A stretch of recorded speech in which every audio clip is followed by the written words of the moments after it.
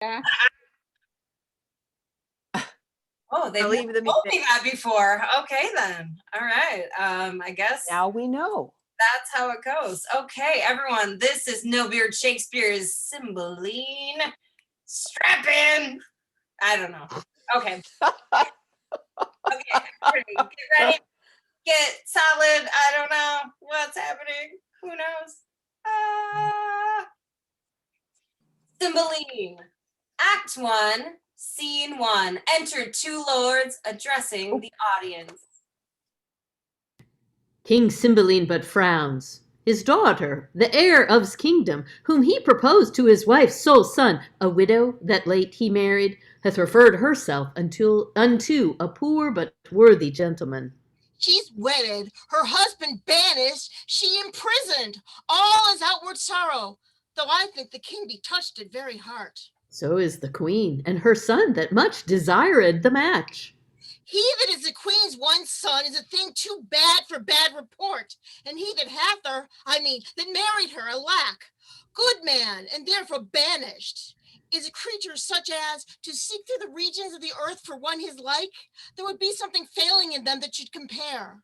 You speak him fair. His father did have, besides this gentleman, 2 other sons, who in the wars of the time died with their swords in their hands, for which his father, sorrowed, quit being, and his mother, deceased as he was born. Cymbeline takes the babe to his protection, calls him Posthumus Leonatus, breeds him and makes him of his bedchamber, puts to him all the learnings that his time could make him the receiver of, which he took as we do air, fast as 'twas ministered, which rare it is to do, most praised, most loved, a child that guided the blind. To his mistress, from whom he is now banished, her own price proclaimed how she esteemed him. I honor him even out of your report. But pray, you tell me, is she sole child to the king? His only child. He had 2 sons. If this be worth your hearing, mark it. The eldest of them, at 3 years old, in the swaddling clothes the other, from their nursery were stolen. And to this hour, no guess in knowledge which way they went. How long is this ago? Some 20 years. That a king's children should be so conveyed, so slackly guarded, and the search so slow that could not trace them. Howsoe'er 'tis strange. We must forbear. Here comes the gentleman, the queen and princes. No, be assured you shall not find me, daughter, after the slander of most stepmothers, evil-eyed unto you. You're my prisoner, but your jailer shall deliver you the keys that lock up your restraint. For you, Posthumus, so soon as I can win the offended king, I will be known your advocate. Marry, yet the fire of rage is in him, and 'twere good you leaned unto his sentence with what patience your wisdom may inform you. Please, your highness, I will from hence today. You know the peril. I'll fetch a turn about the garden, pitying the pangs of barred affections, though the king hath charged you should not speak together. Oh, dissembling courtesy. How fine this tyrant can tickle where she wounds. My dearest husband, I something fear my father's wrath, but nothing always reserve my holy duty. What his rage can do on me. You must be gone, and I shall be here, abide the hourly shot of angry eyes, not comforted to live, but that there is this jewel in the world that I may see again. My queen, my mistress. Oh, lady, weep no more. I will remain loyalist husband that did e'er plight troth. My residence in Rome at one Philario's, who to my father was a friend, to me known but by letter. Thither write, my queen, and with mine eyes I'll drink the words you send, though ink be made of gall. Be brief, I pray you. If the king come, I shall incur, I know not how much of his displeasure, yet I'll move him to walk this way. I should take leave. Adieu. Nay, stay a little. This diamond was my mother's. Take it, heart. But keep it till you woo another wife when Imogen is dead. How? Another? Ye gentle gods, give me but this I have. And sweetest, fairest, for my sake, wear this. It is a manacle of love. I'll place it upon this fairest prisoner. Oh, the gods. When shall we see again? Oh, thou basest thing, avoid hence from my sight. If after this command thou fraught the court with thy unworthiness, thou diest. Away! Thou art poison to my blood. The gods protect you, and bless the good remainders of the court. There cannot be a pinch in death more sharp than this is. Oh, disloyal thing, that thou shouldst repair my youth, thou heapst a year's age on me. I beseech you, sir, harm not yourself with your vexation. I am senseless of your wrath. A touch more wear subdues all pangs, all fears. Past grace? Obedience? That mightst have had the sole son of my queen. Oh, bless it that I might not. I chose an eagle. Oh, thou tookst a beggar, wouldst have made my throne a seat for baseness. No, I rather added a luster to it. Oh, thou vile one! Sir, it is your fault that I have loved Posthumus. You bred him as my playfellow, and he is a man worth any woman. Overbuys me almost the sum he pays. What, art thou mad? Almost, sir. Heaven restore me, would I were. They were again together. You have done not after our command. Away with her, and pen her up. Beseech your patience. Peace. Leave us to ourselves and make yourself some comfort out of your best advice. Nay, let her languish. A drop of blood a day, and being aged, die of this folly. Fie, you must give way. Here is your servant. How now, sir? What news? My lady, your son drew on my master. No harm, I trust, is done. There might have been, but that my master rather played than fought, and had no help of anger. They were parted by gentlemen at hand. I'm very glad on it. Your son's my father's friend. He takes his part to draw upon an exile. Oh, brave sir, thus he pricks. Why came you from your master? On his command. He would not suffer me to bring him to the haven. Left these notes of what commands I should be subject to, when to please you employ me. Pray, walk a while. About some half hour hence, pray you speak with me. You shall at least go see my lord abroad. For this time, leave me. Act 1, Scene 2. Enter Cloten and 2 lords. Sir, I would advise you to shift a shirt. The violence of action hath made you reek as a sacrifice. If my shirt were bloody, then to shift it. Have I hurt him? No, faith, not so much as his patience. Hurt him? His body's a passable carcass, if he be not hurt. The villain would not stand me. No, but he fled forward still toward your face. And you. You have land enough on your own, but he added to your having, gave you some ground.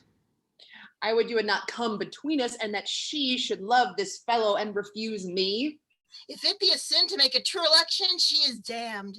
Sir, as I told you ever, her beauty and her brain go not together. She's a good sign, but I have seen small reflection of her wit. She shines not upon fools, lest the reflection should hurt her. Come, on to my chamber. Would there had been some hurt done? I wish not so, unless it had been the fall of an ass, which is no great hurt. You'll go with us? I'll attend your lordship. Well, my lord. Act 1, Scene 3. Enter Imogen and Pisanio. Was this the last word that he spoke to thee? That he waved his handkerchief? And kissed it, madam. Senses Linian, happier there than I. And this was all?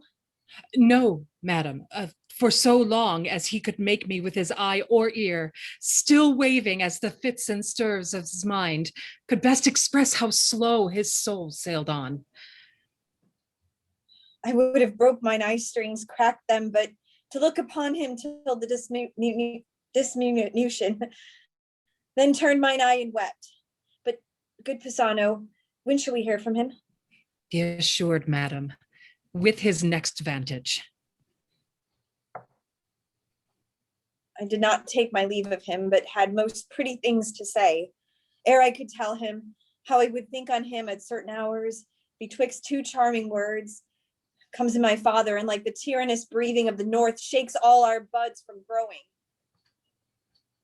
The queen, madam, desires your highness's company. Those things I bid you do, get them dispatched. I will attend the queen. Madam, I shall.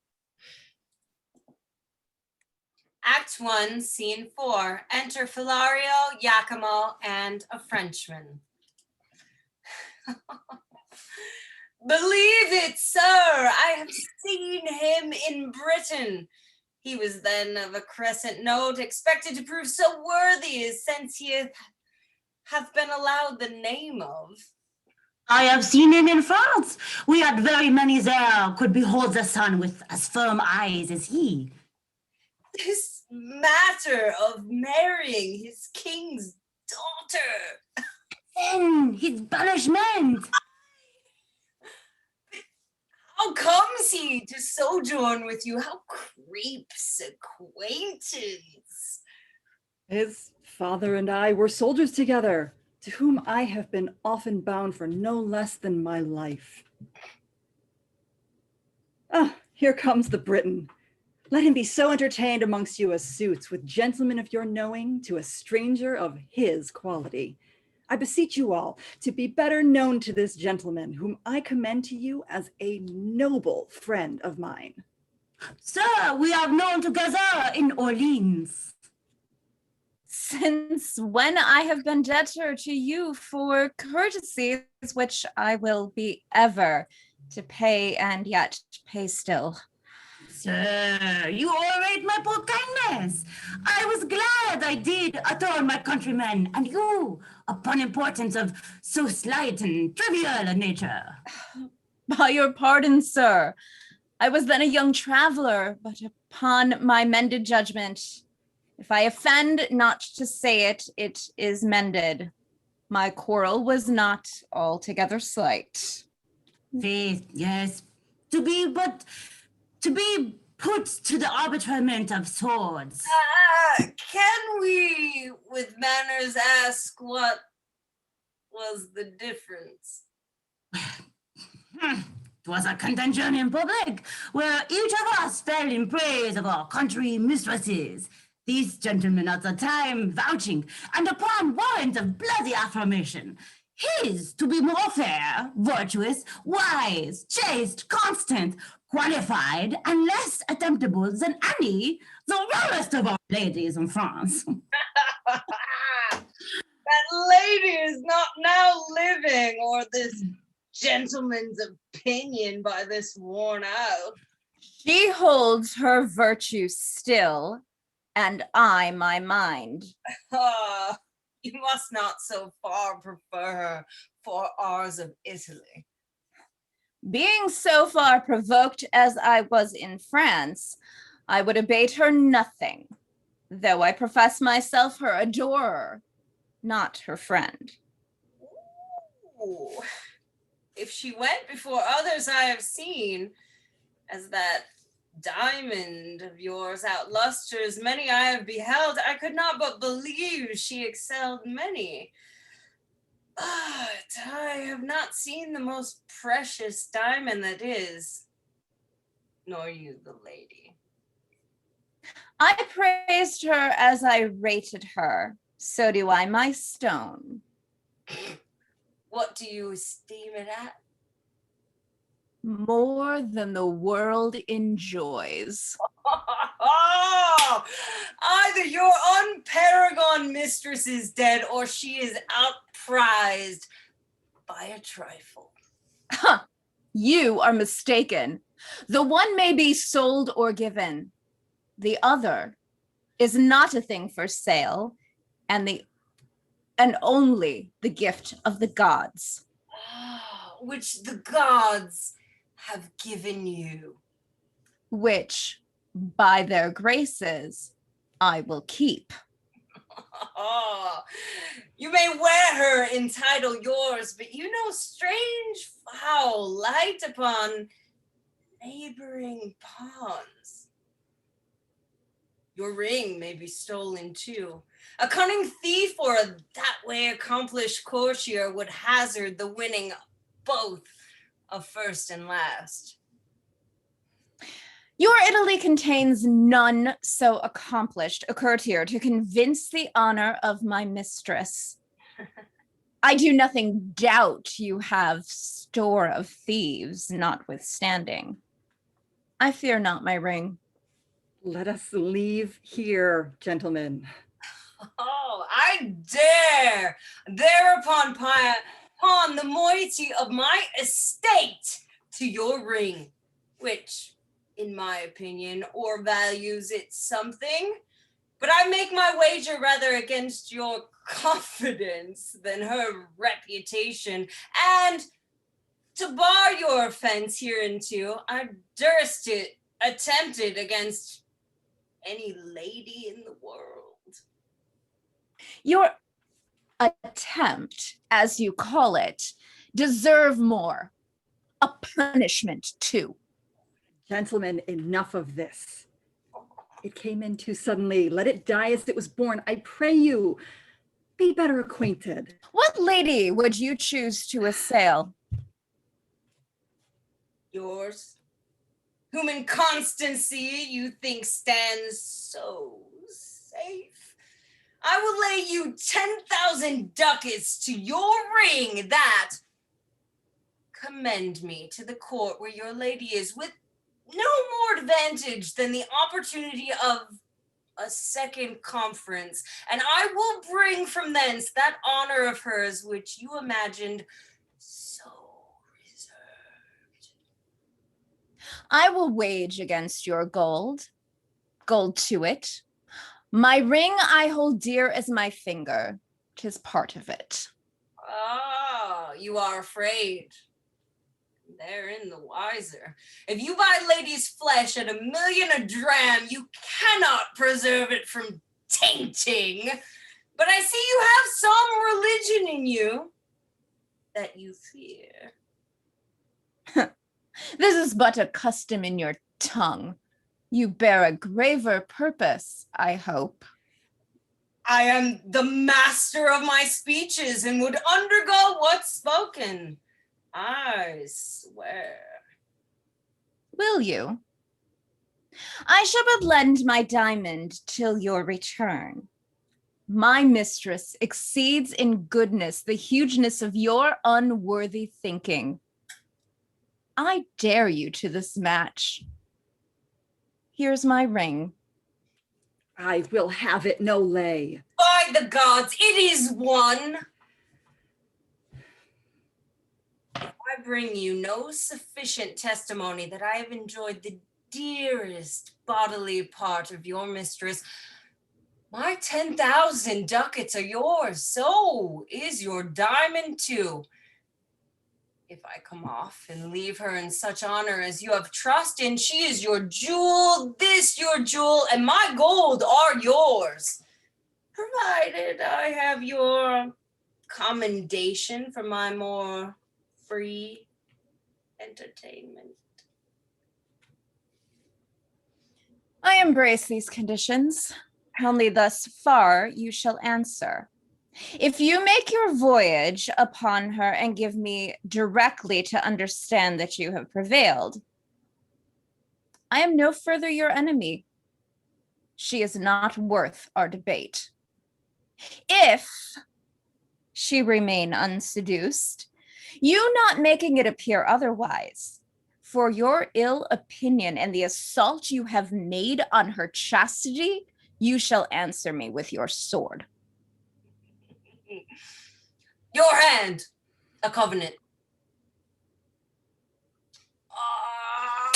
Straight away for Britain, lest the bargain should catch cold and starve. I will fetch my gold and have our 2 wagers recorded. Agreed. Was this all, do you think? Signor Iachimo will not from it. Pray, let us follow him.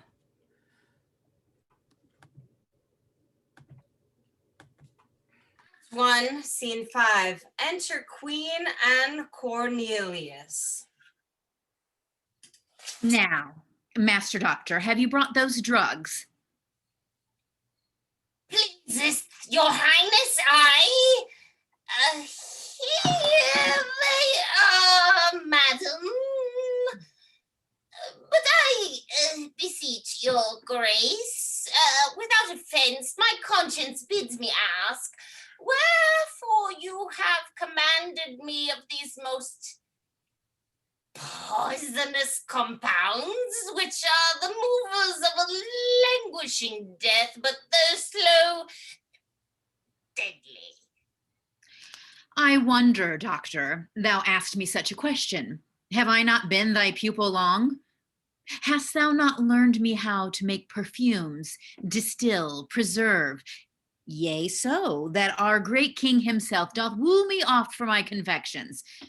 Having thus far proceeded, unless thou thinkest me devilish, is not meet that I did amplify my judgment in other conclusions. I will try the forces of these thy compounds on such creatures as we count not worth the hanging, but none human, to try the vigor of them and apply allayments to their act, and by them gather their several virtues and effects. Your highness shall from this practice make your heart. Oh, content thee. Here comes a flattering rascal. Upon him will I first work. He's for his master an enemy to my son. How now, Pisanio? Take your own way.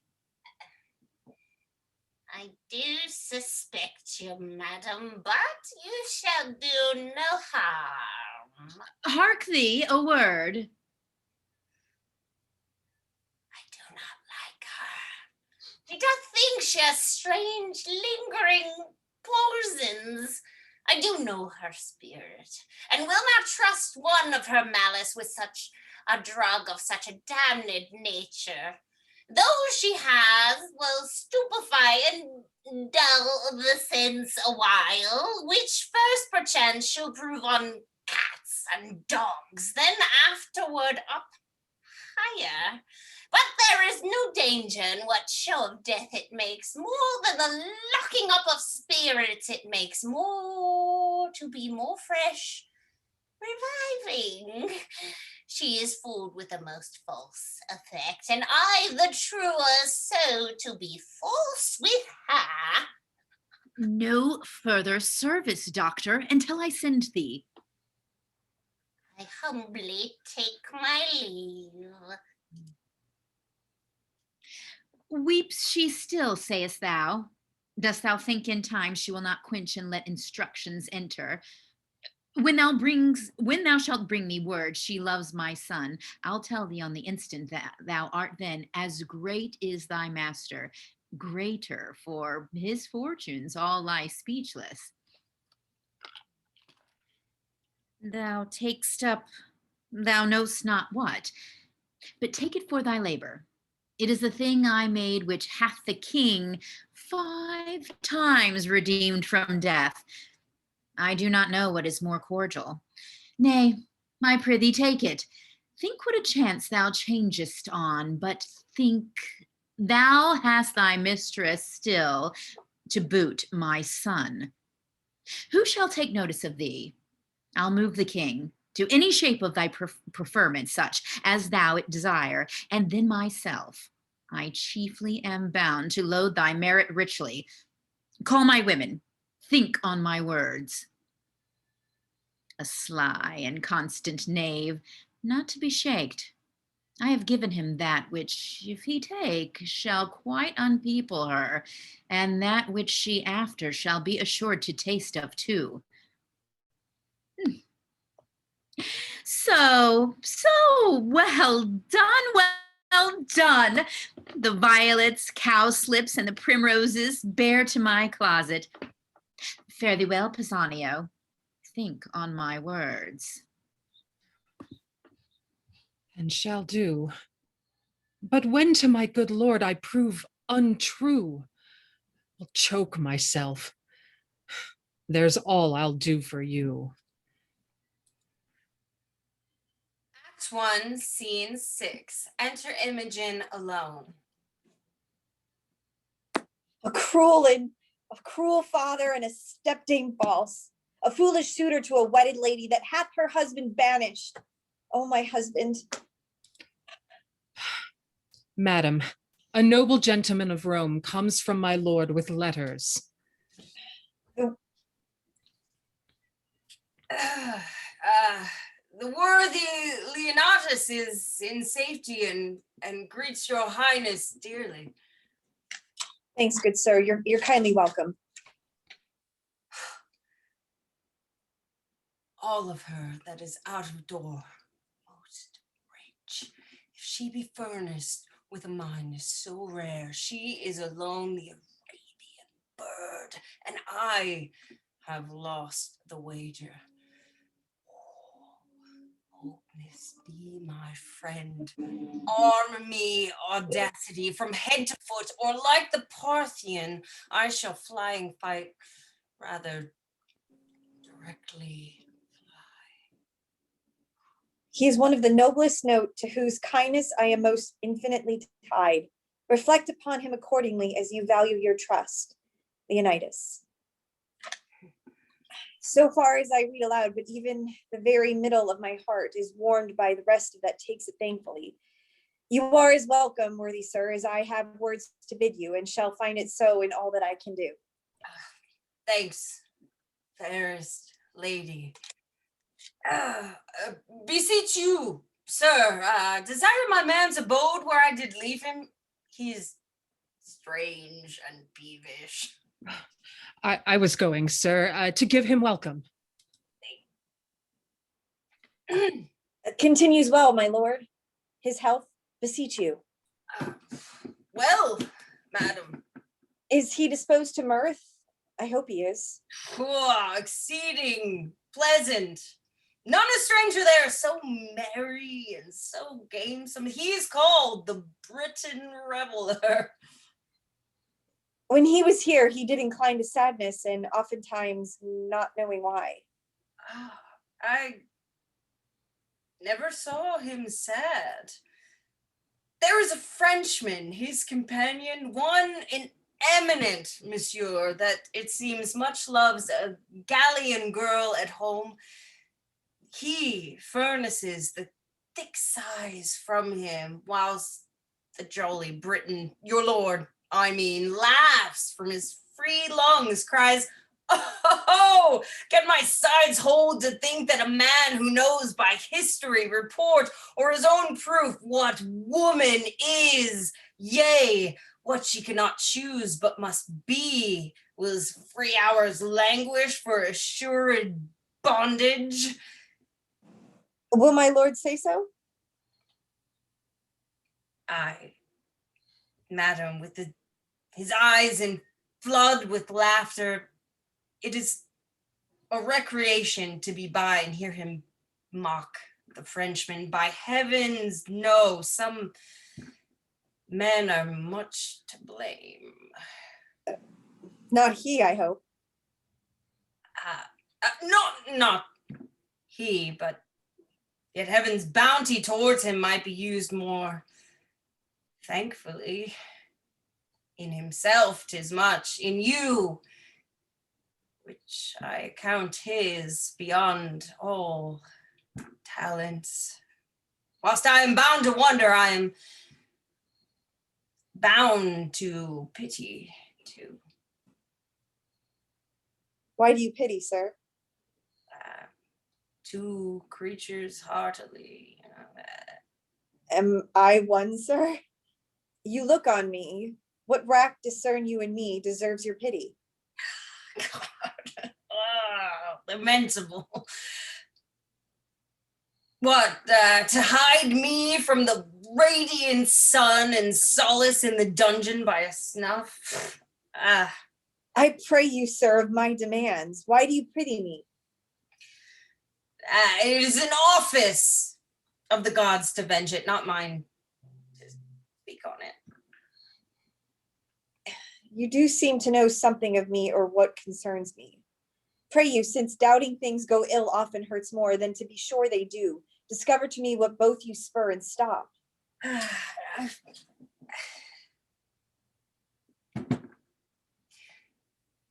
I this cheek to bathe my lips upon, this hand whose every touch would force the feeler's soul to the oath of loyalty, this object which takes prisoner the wild motion of mine eye, fixing it only here. Should I, damned then, slaver with lips as common as the stairs that mount the Capitol, join gripes with hands made hard with hourly falsehood, if it were fit that all the plagues of hell should at one time encounter such revolt? My lord, I fear, has forgot Britain. And himself. Not I, inclined to this intelligence, pronounce the beggary of his change, but 'tis your graces that from my mutest conscience to my tongue charms this report out. Let me hear no more. Dears soul, your cause doth strike my heart with a pity that doth make me sick. A lady so fair and fastened to an empery would make the greatest king double to be partnered with tomboys, with diseased ventures that play as well might poison.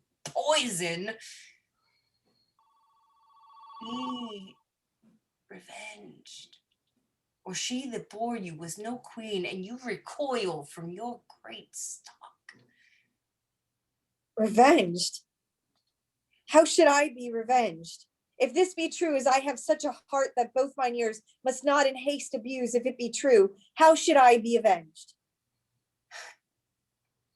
Should he make me live like Diana's priest betwixt cold sheets while he is vaulting variable ramps in your despite upon your purse? Revenge it. I dedicate myself to your sweet pleasure, more noble than that runagate to your bed, and will continue fast to your affection.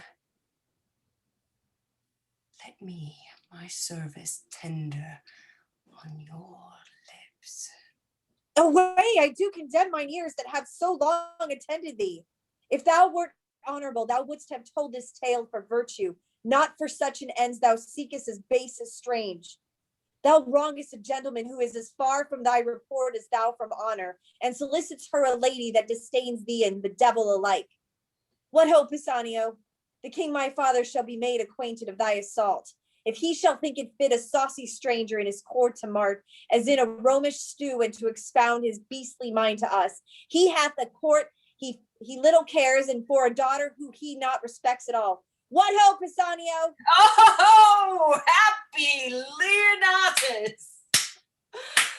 I may say the credit of thy lady hath of thee deserves thy trust and thy most perfect goodness, her assured credit. Blessed live you long, a lady to the worthiest sir that ever a country called his, and you, his mistress only, for the most worthiest fit.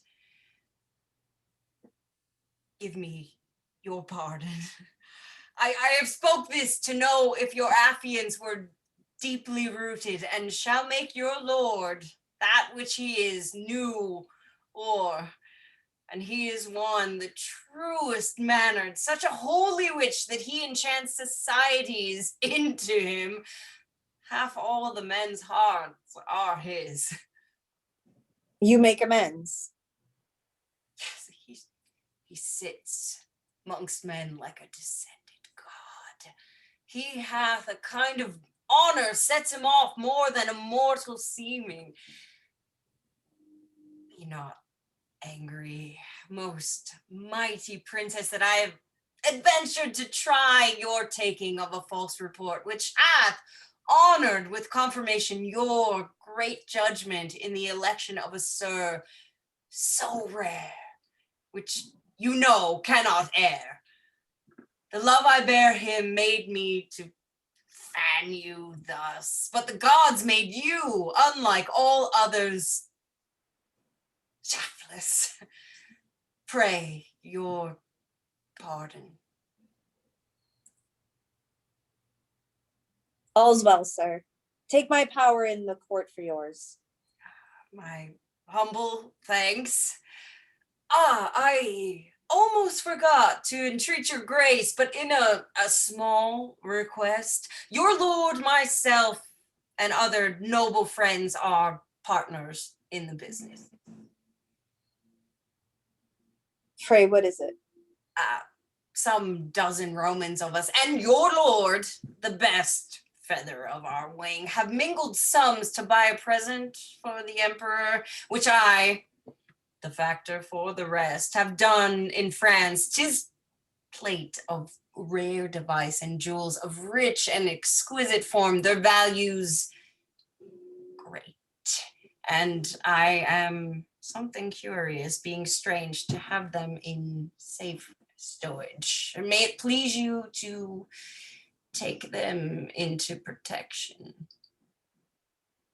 Willingly, and pawn mine honor for their safety. Since my lord hath interest in them, I will keep them in my bedchamber. They are in a trunk attended by my men. I will make it bold to send them to you only for this night. I must aboard tomorrow. Oh, no. I thank you for your pains, but not away tomorrow. Oh, I must, madam. Therefore, I shall beseech you, if you please to greet your lord with writing, do it tonight. I have outstood my time, which is material to tender of our present. I will write. Send your trunk to me. It shall be safe. Act 2, Scene 1. Enter Cloten and the two lords. Was there ever man had such luck? Whoresome dog, I gave him satisfaction. Would he had done one of my rank? To have smelled like a fool. I am not vexed more than anything in the earth. A pox on it. I had rather not be so noble as I am. They dare not fight with me because of the queen, my mother. Every jacknape slave hath his belly full of fighting, and I must go up and down like a cock that nobody can match. You are cock and capon too. Sayest thou? It is not fit your lordship should undertake every companion that you give offense to. No, I know that, but it is fit I should commit offense to my inferiors. Aye, it is fit for your lordship only. Did you hear of a stranger that comes to court tonight? Stranger, and I not know it? He's a strange fellow himself and knows it not. There's an Italian come, and 'tis thought one of Leonatus's friends. Leonatus is a banished rascal, and he's another, whatsoever he be. Huh. Come, I'll go see this Italian. What I have lost today at blows, I'll win tonight of him. Come, go. I'll attend your lordship. That such a crafty devil as is his mother should yield the world this ass, a woman that bears down all down with her brain, and this her son cannot take 2 from 20 for his heart and leave 18. Alas, poor princess, the divine Imogen, what thou endurest betwixt a father by thy stepdame governed, a mother hourly coining plots, a wooer more hateful than the foul expulsion is of thy dear husband, than that horrid act of the divorce he'd make. The heavens hold firm that temple, thy fair mind, that thou mayest stand to enjoy thy banished lord in this great land. Act 2, Scene 2. A trunk is brought in. Imogen reading in her bed. Enter her lady, Helen. Who's there? My woman Please, Helen? you, madam. What hour is it? It's almost midnight, madam. You have read 3 hours then. My eyes are weak. Take not away the taper, leave it burning. And if thou canst awake by 4 the clock, I prithee call me. Sleep hath seized me wholly. To your protection I commend me, gods.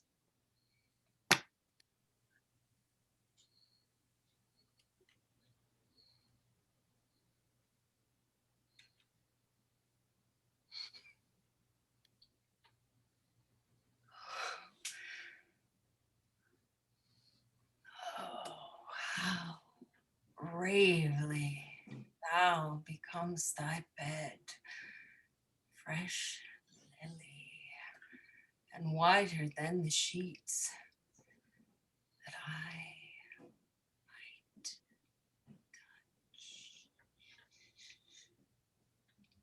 But kiss one.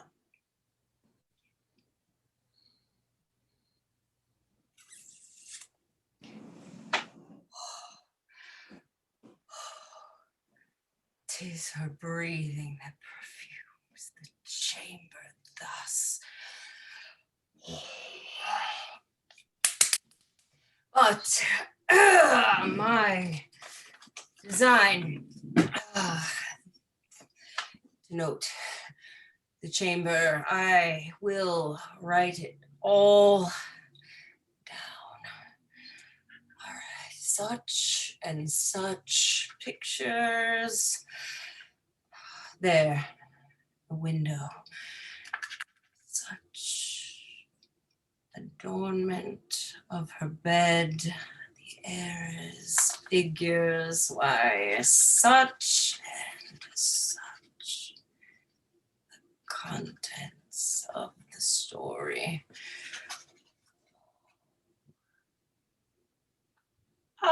But some natural notes about her body would testify to enrich my inventory.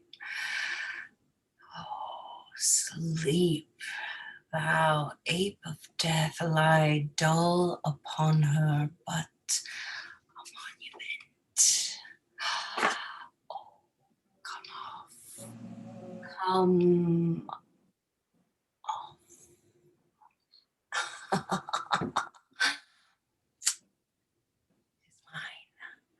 And this will witness outwardly as strongly as the conscience does within the maddening of her Lord.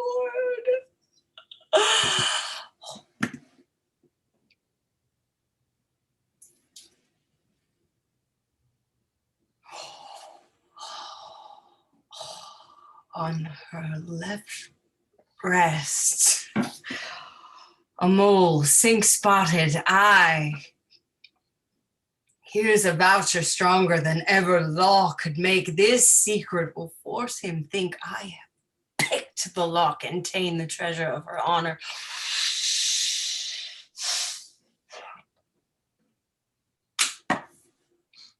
No more. To what end? Why should I write this down that's riveted, screwed to my memory?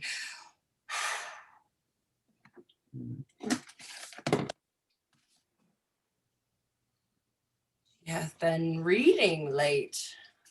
Tale of Tyreus. Here, the leaves turns down where Philario gave up. I have enough.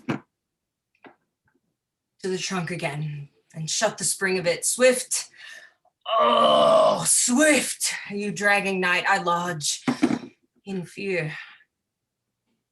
This a heavenly angel. Hell is here. Act 2, Scene 3, enter Cloten and lords. Your lordship is the most patient man in loss, the most coldest that ever turned up ace. Would make any man cold to lose. But not every man patient after the noble temper of your lordship. You are most hot and furious when you win. Winning will put any man into courage.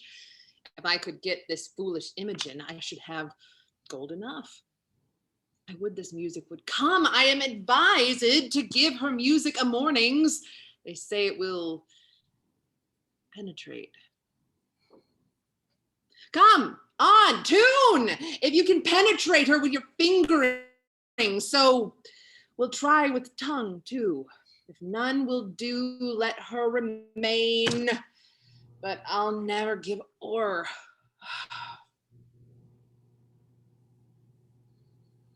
Hark. Hark, the lark at heaven's gate sings, and Phoebus's gins arise, his steeds to water at these springs on chalice flowers that lies, and winking merry buds begin to ope their golden eyes with everything that pretty is. My sweet, my lady sweet, arise, arise, arise. So, get you gone. If this penetrate, I will consider your music the better. Here comes the king. He cannot choose but take this service I have done fatherly. Attend you here the door of our stern daughter. Will she not forth? I have assailed her with musics, but she vouchsafes no notice. The exile of her minion is too new. She hath not yet forgot him. Some more time must wear the print of his remembrance on it, and then she's yours. You are most bound to the king, who lets go by no vantages that may prefer you to his daughter. Make denials, increase your services, so seem as if you were inspired to do those duties which you're tender to her, that you in all obey her. Save when command to your dismission tends, and therein you are senseless. Senseless? Not so. So like you, sir, ambassadors from Rome. The one is Caius Lucius. A worthy fellow, albeit he comes on angry purpose now. But that's no fault of his. We must receive him. When you have given good morning to your mistress, attend the queen and us. We shall have need to employ you towards this Roman. Come, our queen. She be up, I'll speak with her. If not, let her lie still and dream. By your leave, oh, I know her women are about her. What if I do line one of their hands? 'Tis gold which buys admittance, if oft it doth. Yea, and what can it not do and unto? Who's there that knocks? A gentleman? No more? Yes, and a gentlewoman's son. That's more than some whose tailors are as dear as yours can justly boast of. What's your lordship's pleasure? Your lady's person. Is she ready? Aye, to keep her chamber. There is gold for you. What shall think is good? How, my good name? Or to report of you what I shall think is good? The princess. Good morrow, fairest sister, your sweet hand. Good morrow, sir. You lay out too much pains for purchasing but trouble. The thanks I give is telling you that I am poor of thanks and scarce can spare them.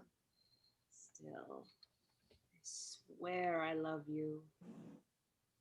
If you but said so, 'twere as deep with me. If you swear still, your right recompense is still that I regard it not. This is no answer. I shall unfold equal discourtesy to your best kindness. One of your great knowing should learn being taught forbearance. To leave you in your madness for my sin, I will not. Fools are not mad folks. Do you call me a fool? As I am mad, I do. If you'll be patient, I'll no more be mad. That cures us both. I am much sorry, sir, that I, which know my heart, do here pronounce, but the very truth of it, I care not for you. To accuse myself, I hate you, which I had rather you felt that makest to my boast. You sin against obedience, which you owe your father, for the contract you pretend with that base wretch, yet you are curbed from that engagement by the consequence of the crown, and must not foil the precious note of it with a base slave. He never can meet more mischance than come to be but named of thee. He mean his garment that there have but clipped his body is dearer. In my respect, that's all the hairs above thee. Were they all made such men? How now, Pisanio? His garment? Not the devil. To Helen, my woman, hie thee presently. I am sprited with a fool, frightened and angered worse. Go bid my woman search for a jewel that too casually hath left mine arm. 'Twas thy master's. I do think I saw it this morning. Confident I am last night 'twas on my arm. I kissed it. 'Twill not be lost. You have abused me, his meanest garment. I said so, sir. If you will make it to action, call witness to it. I will inform your father. Oh, your mother too. She's my good lady and will conceive, I hope, but the worst of me. So I leave you, sir, to the worst of discontent.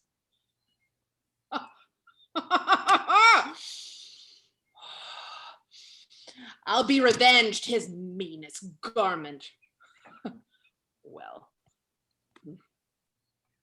Act 2, Scene 4, enter Posthumus and Philario. Fear it not, sir. I would I were so sure to win the king as I am bold. Her honor will remain hers. What means do you make to him? Not any. But abide the change of time, that warmer days would come. In these feared hopes, I barely gratify your love. They failing, I must die much your debtor. Your very goodness and your company o'erpays all I can do. By this your king hath heard of great Augustus. Caius Lucius will do commission thoroughly, and I think he'll grant the tribute, send the unpaid debt, or look upon our Romans, whose remembrance is yet fresh in their grief. I do believe that this will prove a war, and you shall hear the legion now in Gallia sooner landed in our not fearing Britain than have tidings of any petty tribute paid. Our countrymen, now winged with their courages, will make known to their approvers they are people such that mend upon the world.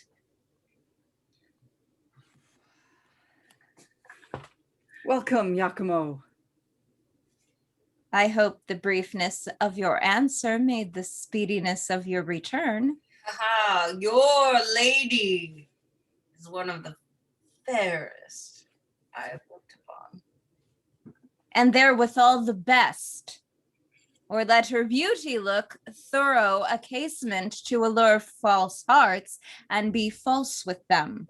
Aha, here are letters for you. Their tenor good, I trust. Is very like. Was Caius Lucius in the Britain court when you were there? He was expected then, but not approached. All is well yet. Sparkles this stone as it was wont, or is it not too dull for your good wearing? If I have lost it, I should have lost the worth of it in gold. I'll make a journey twice as far to enjoy a second night of such sweet shortness, which was mine in Britain, for the ring is won. The stone's too hard to come by. Ah, not a whit. Your lady being so easy. Make not, sir, your loss your sport. I hope you know that we must not continue friends. Oh, no, good sir, we must, if you keep covenant. Had I not brought the knowledge of your mistress home, I grant we were to question farther, but I now profess myself the winner of her honor, together with your ring, having proceeded by both your wills. If you can make it apparent that you have tasted her in bed, my hand and ring is yours. If not, the foul opinion you had of her pure honor gains or losses your sword or mine. Sir, my circumstances being so near the truth as I will make them, I will confirm with oath, which I doubt not you'll give me leave to spare, when you shall find you need it not. Proceed. First, her bedchamber, where I confess I slept not, but profess had that was well worth watching. It was hanged with tapestry of silk and silver, bravely done in workmanship and value. This is true, and this you might have heard of here by me or by some other. More particulars must justify my knowledge. So they must, or do your honor injury. The chimney in the south chamber, and the chimney piece chaste Diane bathing. Ooh, never saw I figures so likely to report themselves. Is a thing which you might from relation likewise reap, being as it is much spoke of. The roof of her chamber with golden cherubims is fretted her, and Dronins, I'd forgot them, were two winking cupids of silver, each on 1 foot. This is her honor? Let it be granted, you have seen all this, and praise be given to your remembrance. The description of what is in her chamber, nothing saves the wager you have laid. Then, if you can be pale, I beg but leave to air this jewel.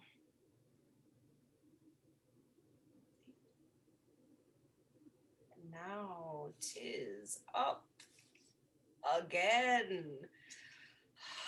It must be married to that, your diamond. I'll keep them. Jove, once more let me behold it. Is that which I left with her? Sir, I thank her that she stripped from her arm. I see her yet. Her pretty action did outsell her gift, and yet enriched it too. She gave it me and said she prized it once. Maybe she plucked it off to send it me. Oh, she writes so to you, does she? Oh, no, 'tis true. Here, take this too. Kills me to look on it. Let there be no honor where there is beauty, truth where semblance, love where there is another man. The vows of women of no more bondage be to where they are made than they are to their virtues, which is nothing. Oh, above measure false! Have patience, sir, and take your ring again. 'Tis not yet won. It may be probable she lost it. Or who knows if one of her women, being corrupted, had stolen it from her. Very true. And so I hope he came by it. Back my ring.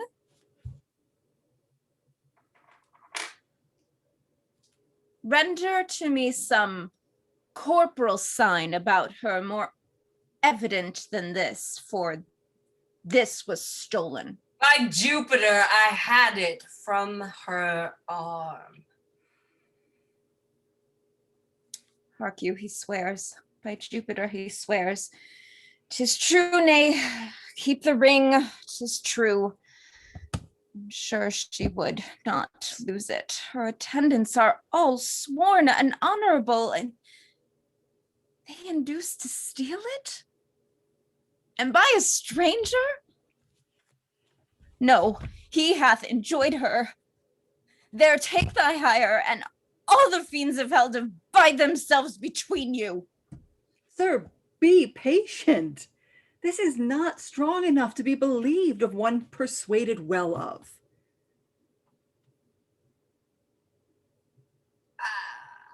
If you seek for further satisfying, under her breast, worthy the pressing, lies a mole, right proud of that most delicate lodging. By my life, I kissed it, and it gave me present hunger to feed again, though full. You do remember this stain upon her? Aye. And it doth confirm another stain as big as hell can hold, with there no more but it. Will you hear more? If you will swear you have not done it, you lie. And I will kill thee if thou dost deny thou didst make me cuckold. I'll deny nothing. Oh, that I had her here to tear her limb meal. I will go there and do it in the court before her father. I'll do something. Quite beside the government of patience. You have won. Let's follow him and pervert the present wrath he hath against himself. With all my heart. Act 2, Scene 5. Enter Posthumus. Is there no way for men to be, but women must be half workers? We are all bastards. Me of my lawful pleasure she restrained and prayed me off forbearance. Did it with a prudency so rosy that I thought her as chaste as unsunned snow. Oh, all the devils! This yellow Iachimo in an hour, was it not? Cried, oh, and mounted, found no opposition but what he looked for. Could I but find out the woman's part in me, there's no motion that tends to vice in man, but I affirm is the woman's part. Be it lying, note it, is women's. Flattering, hers. Deceiving, hers. Lust and rank thoughts, hers. Hers. Revenge, hers. Ambitions, covetings, change of prides, disdain, all faults that have a name, nay, that hell knows why. Hers in part or all, but rather all. For even to vice they are not constant, but are changing still. Of one vice of a minute old for one not half as old as that. I'll write against them, detest them, curse them. Yet 'tis greater skill in a true hate to pray they have their will. The very devils cannot plague them better. Act 3, Scene 1. Enter in state Cymbeline, Queen, Cloten, and lords at one door, and at another Caius, Lucius, and attendants. Now say, what would Augustus Caesar with us? When Julius Caesar, whose remembrance yet lives in men's eyes, and was in this Britain and conquered it, Cymbeline, thine uncle, famous in Caesar's praises, with no whit less than in his feats deserving it, for him in his succession granted Rome a tribute, yearly 3,000 pounds, which by thee lately is left untendered. And to kill the marvel shall be ever so. There be many Caesars, ere such another Julius. Britain's a world by itself, and we will nothing pay for wearing our own noses. That opportunity, which then they had to take from us, to resume, we have it again. A kind of conquest Caesar made here, but made not here his brag of came and saw and overcame. With shame, the first that ever touched him, he was carried from off our coast, twice beaten, and his shipping, poor ignorant baubles on our terrible seas, like eggshells moved upon their surges, cracked as easily against our rocks. For joy whereof the famed Cymbeline, who was once at Point made Lud's town with rejoicing fires bright, and Britain strut with courage. Come, there's no more tribute to be paid. Our kingdom is stronger than it was at that time, and, as I said, there is no more such Caesars. Son, let your mother end. Why tribute? Why should we pay tribute if Caesar can hide the sun from us with a blanket or put the moon in his pocket? We will pay him tribute for light. Else, sir, no more tribute. Pray you now. You must know, till the injurious Romans did extort this tribute from us, we were free. Caesar's ambition, which swelled so much that it did almost stretch the sides of the world against all color here, did put the yoke upon us, which to shake off becomes a warlike people, whom we reckon ourselves to be. We do say, then, to Caesar, our ancestor was that Mulmutius, which ordained our laws, whose use the sword of Caesar hath too much mangled, whose repair and franchise shall, by the power we hold, be our good deed, though Rome be therefore angry. I am sorry, Cymbeline, that I am to pronounce Augustus Caesar, that hath more kings his servants than thyself, domestic officers, thine enemy. Receive it from me then. War and confusion in Caesar's name pronounce I against thee. Look for fury not to be resisted. Thus defied, I thank thee for myself. Thou art welcome, Caius. Thy Caesar knighted me. My youth I spend much under him. For him I gathered honor, which he to seek of me again perforth behooves me keep an utterance. I am perfect, which not to be would show the Britons cold, so Caesar shall not find them. Let proof speak. His Majesty bids you welcome. Make pastime with us a day or two or longer.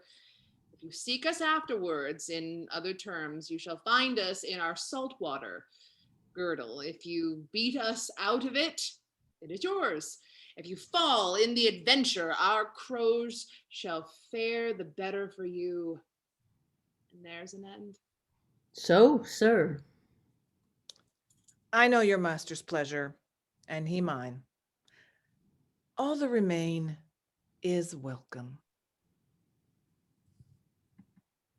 Act 3, Scene 2. Enter Pisanio reading of a letter.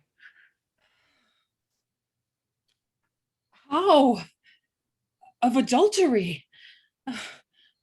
Wherefore write you not? What monsters accuse her? Oh, Leonatus, oh, master, what a strange infection has fallen into thy ear. What false Italian, as poisonous-tongued as handed, hath prevailed on thy too ready hearing? Disloyal? No. She's punished for her truth. Oh, my master, thy mind to her is now as low as were thy fortunes. Oh, that I should murder her? If it be so to do good service, never let me be counted serviceable. How look I, that I should seem to lack humanity so much as this fact comes to? Oh, do it. The letter that I have sent her by her own command shall give thee opportunity. Oh, damned paper. Black as the ink that's on thee, senseless bauble. I am ignorant in what I am commanded. How now, Pisanio? Madam, here is a letter from my lord. Why, thy lord, is that my lord Leonidas? Let's what is here contained, relative love. Justice in your father's wrath should be, take me in his domain. Could not be so cruel to me as you. Oh, the dearest of creatures would even renew with me your eyes. Take notice that I am in Cambria at Milford Haven. What your own love will out of that this advise you follow. So he wishes you all a happiness that remains loyal to his vow and you're increasing in love. Leonidas Posthumus. Oh, for a horse with wings, hearest thou, Pisanio. He is at Milford Haven. Read and tell me how far 'tis thither. If one of means may plod in a week, why may not I glide there in a day? Then true, Pisanio, how longest likest me to see thy lord, who longest but in fairest kind? Oh, not like me, for mine's beyond. Say how far it is to the same blessed Milford, and by thy way, how we may steal from hence, and for the gap that we shall make in time for our hence going, and our return to excuse. But first, how get hence? Many score of miles, 1 score twixt sun and sun. Madam's enough for you, and too much too. Why, one that roads to execution, man, could never go so slow. But this is thy foolery, and go bid my women feign as sickness say, she'll come home to her father and provide me presently a riding suit. Madam, you're best considered. Do as I bid thee. There's no more to say, accessible as none but Milford way. Act 3, Scene 3. Enter, as from a cave, Belarius as Morgan, Guiderius as Polydor, and Arviragus as Cadwal. A goodly day not to keep house with such, whose roof's as low as ours. Stoop, boys. This gate instructs you how to door the heavens and bows you to a morning's holy office. Hail, thou fair heaven. We house in the rock, yet use thee not so hardly as prouder livers do. Hail heaven. Hail heaven. Now for our mountain sport. Up to yond hill. Your legs are young. I'll tread these flats. Consider when you above perceive me like a crow, that you may then resolve what tales I have told you, of courts, of princes, of the tricks in war, and often to your comfort shall we find the sharded beetle in a safer hold than is the full winged eagle. Oh, this life is nobler than attending for a check, richer than doing nothing for a robe, prouder than rustling in unpaid for silk. Such gain the cap of him that makes him fine, yet keeps his book uncrossed. No life to ours. Of your proof you speak. We, poor unfledged, have never winged from the view of the nest, nor know not what errs from home. Haply this life is best, if quiet life be best. Sweeter to you that have a sharper known, well corresponding with your stiff age. But unto us it is a cell of ignorance, traveling abed, a prison for a debtor that not dares to stride a limit. What should we speak of when we are old as you? We have seen nothing. Our valor is to chase what flies, our cage we make acquire as doth the prison bird, and sing our bondage freely. Oh, how you speak. Did you but know the city's usuries, and felt them knowingly, the art of the court, as heart to leave us keep, whose top to climb is certain falling, or so slippery that the fear's as bad as falling. The toil of the war, a pain that only seems to seek out danger in the name of fame and honor. My body's marked with Roman swords, and my report was once first with the best of note. Cymbeline loved me, and when a soldier was the theme, my name was not far off. Then was I as a tree whose boughs did bend with fruit. But in one night, a storm, or a robbery, call it what you will, shook down my mellow hangings, nay, my leaves, and left me bare to weather. Uncertain favor. My fault being nothing, as I have told you oft, but that two villains who false oaths prevailed before my perfect honor swore to Cymbeline I was confederate with the Romans. So followed my banishment, and this 20 years, this rock and these domains have been my world, where I have lived at honest freedom, paid more pious debts to heaven than in all the forend of my time. But up to the mountains. This is not hunter's language. He that strikes the venison first shall be the lord of the feast. To him the other two shall serve minister.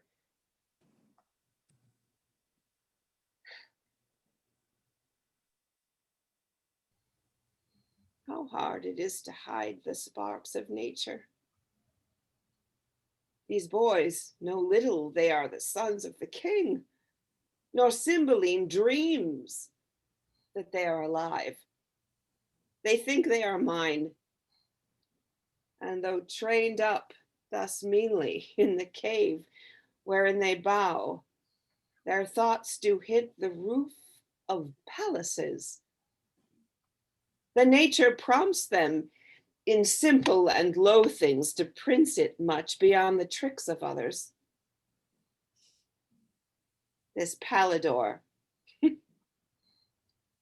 the heir of Cymbeline and Britain, Jove!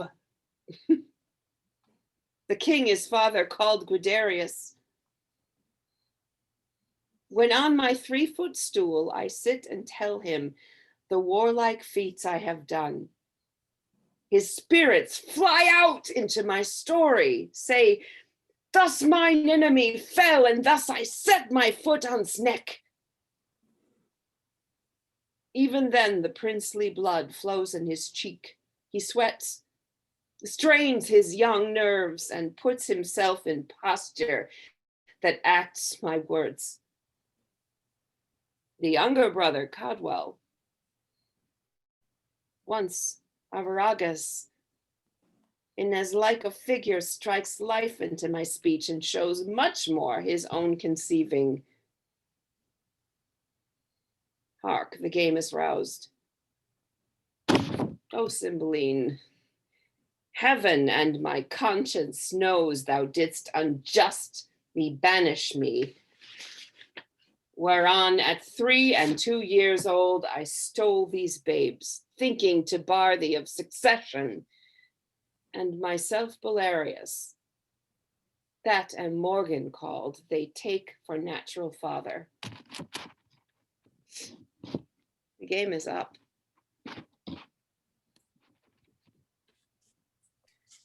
Act 3, Scene 4, enter Pisanio and Imogen. Thou toldest me when we came from horse, the place was near at hand. Pisanio, my man, where is Posthumus? What is in thy mind that makes thee stare thus? Wherefore breaks that sigh? Why tenders that the paper to me with a look untender? Oh, my husband's hand, and he's at some hard point. Speak. Please you read, and you shall find me, wretched man, a thing the most disdained of fortune.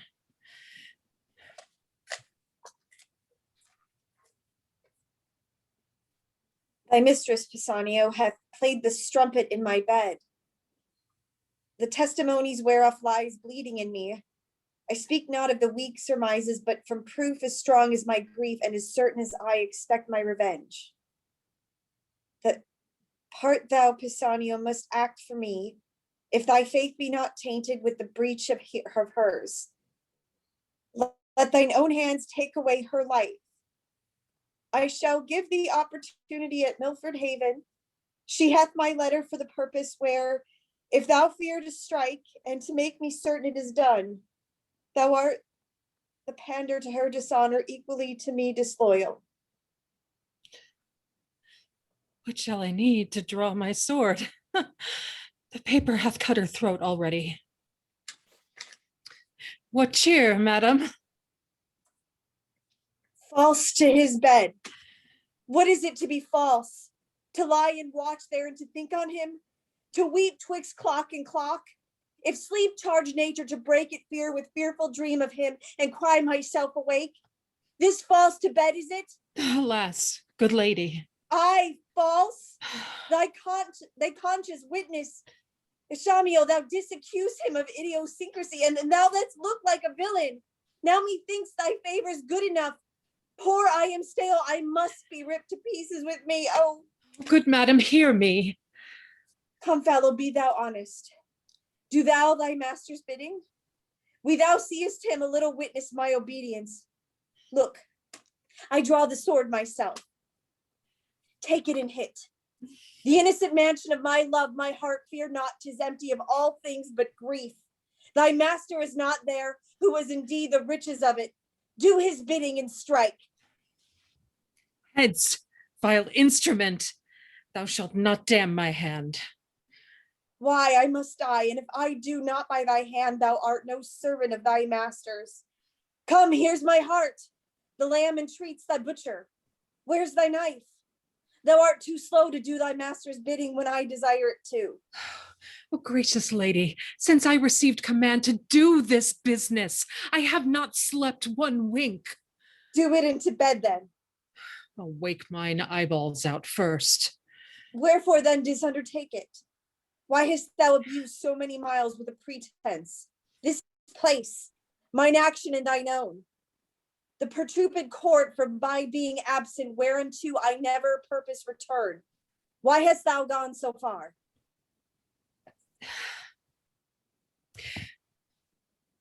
But to win time, to lose so bad employment, in the which I have considered of course.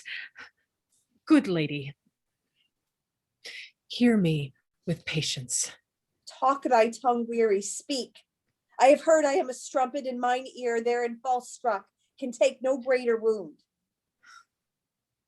Then, madam, I thought you would not back again. Most like bringing me here to kill me? Not so, neither. But if I were as wise as honest, then my purpose would prove well. It cannot be but that my master is abused. Some villain, aye, and singular in his art, hath done you both this cursed injury. On my life, I'll give but notice you are dead, and send him some bloody sign of it, for 'tis commanded I should do so. You shall be missed at court, and that will well confirm it. Why, good fellow, what shall I do the while? Where bide? How live? Or in my life, what comfort when I am dead to my husband? If not at court, then not in Britain must you bide. Where then? Hath Britain all the sun that shines? Day, night, are they not but in Britain? Prithee think there's livers out of Britain. I am most glad you think of other place. The ambassador, Lucius the Roman, comes to Milford Haven tomorrow. Now, if you could wear a mind dark as your fortune is, and but disguise that which to appear itself must not yet be, but by self-danger, you should tread a course pretty and full of view, yea, haply near the residence of Posthumus, so nigh at least that though his actions were not visible, yet report should render him hourly to your ear as truly as he moves. No, for such means, though peril to my modesty, not death on it, I would adventure. Well then, here's the point. You must forget to be a woman. Change fear and niceness into a waggish courage. Ready in jibes, quick answered, saucy, and as querulous as the weasel. Nay, you must forget that rarest treasure of your cheek into the harder heart. Nay, be but brief, I see into the end, and I'm honest, a man already. First, make yourself but like one. 'Tis in my cloak bag. Doublet, hat, hose, all that answer to them.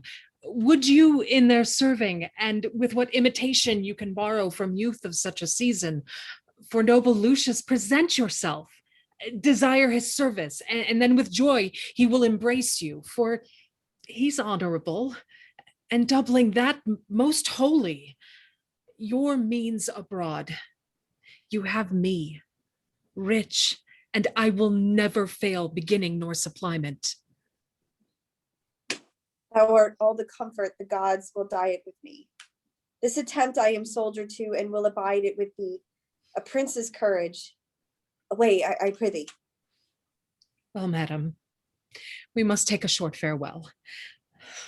Lest being missed, I be suspected of your carriage from the court. My noble mistress, here is a box.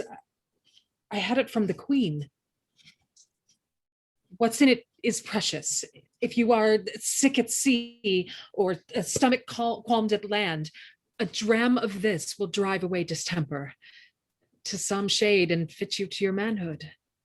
May the gods direct you to the best. Act 3, Scene 5. Enter Cymbeline, Queen, Cloten, Lucius, lords, and attendants. My emperor hath wrote My emperor hath wrote, I must from hence, and I am right sorry that I must report you, my master's enemy. Our subjects, sir, will not endure his yoke. And for ourselves to show less sovereignty than they must needs appear unkinglike. So, sir, I desire of you a conduct overland to Milford Haven. My lords, you are appointed for that office. The due of honor is in no point to admit. So, farewell, noble Lucius. Your hand, my lord. conceive it friendly, but from this end forth I wear it as your enemy. Sir, the event is yet to name the winner. Fare you well. Leave not the worthy Lucius, good my lords, till he hath crossed the Severn. Happiness. He goes hence frowning, but it honors us that we have given him cause. All the better. Your valiant Britons have their wishes in it. Lucius hath wrote already to the emperor how it goes here. It fits us, therefore, ripely our chariots and our horsemen be in readiness. The powers that he hath already in Gallia will soon be drawn to head, from whence he moves his war for Britain. 'Tis not sleepy business, but must be looked to speedily and strongly. Our expectation that it would be thus hath made us forward. But, my gentle queen, where is our daughter? She hath not appeared before the Roman, nor to us hath tendered the duty of the day. She looks us like a thing more made of malice than of duty. We have noted it. Call her before us, for we have been too slight in sufferance. Royal sir, since the exile of Posthumus, most retired hath her life been, the cure whereof, my lord, 'tis time must do. Beseech your majesty, forbear sharp speeches to her. She's a lady so tender of rebukes that words are strokes and strokes death to her. Where is she then? How can her contempt be answered? Please you, sir. Her chambers are all locked, and there's no answer that will be given to the loudest noise we make. Her door's locked. Not seen of late? Oh, grant heavens that which I fear prove false. Son, I say follow the king. That man of hers, Pisanio, her old servant, I have not seen these 2 days. Go, look after.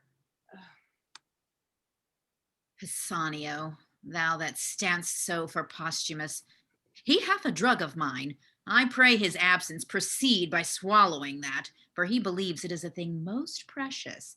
But for her, where is she gone? Haply despair hath seized her, or winged with fervor of her love. She's flown to her desired Posthumus. Gone she is to death or to dishonor, and my end can make good use of either. She being down, I have the placing of the British crown.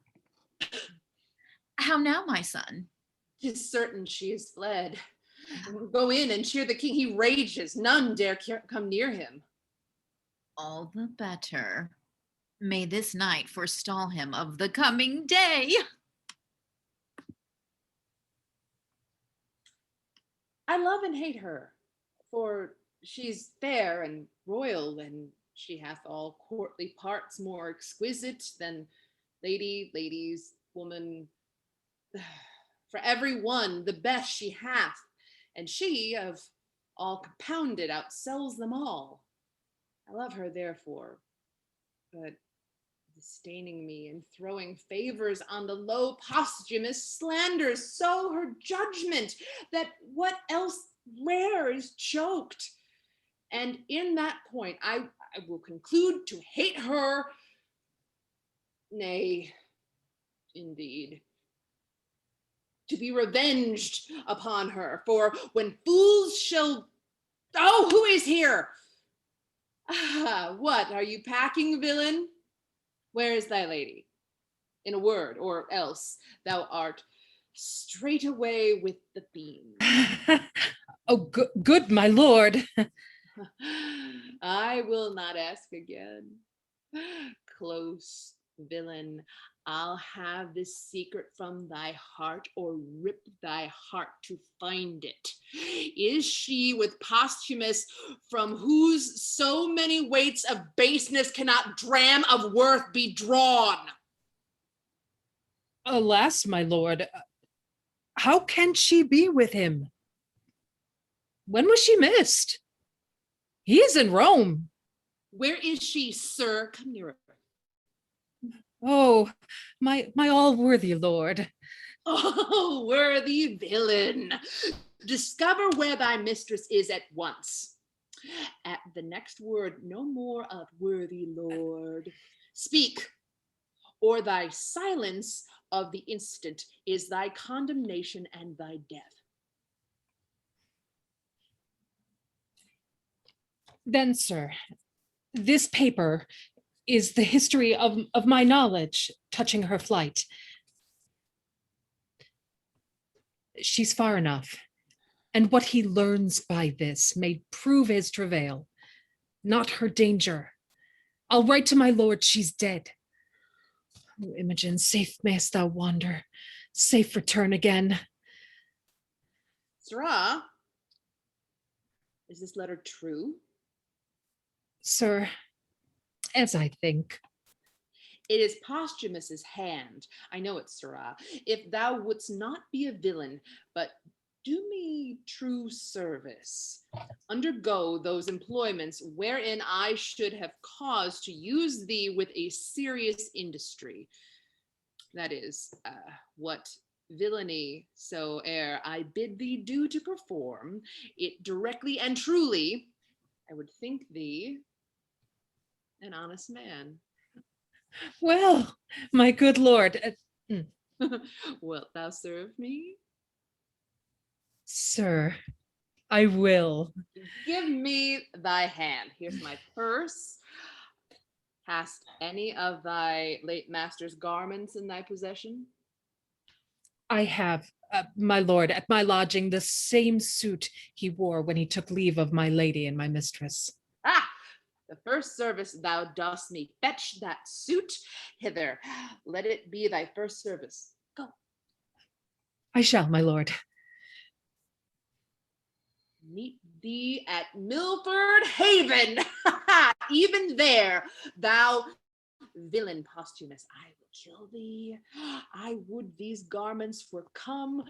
She said upon a time, the bitterness of it, I now belch from my heart that she held the very garment of Posthumus in more respect than my noble and natural person. With that suit upon my back, I will ravish her. First, kill him, and in her eyes there shall she see my valor, which then be a torment to her contempt. He on the ground, my speech of insultment ended on his dead body. When my lust hath dined in the court, I'll knock her back, foot her home again. She hath despised me rejoicingly, and I'll be merry in my revenge. Oh, how long is it since she went to Milford Haven? And she can scarce be there yet. Bring this apparel to my chamber. That is the second thing that I have commanded thee. The third is that thou wilt be a voluntary mute to my design. Be but duteous, and true preferment shall tender itself to thee. My revenge is now at Milford.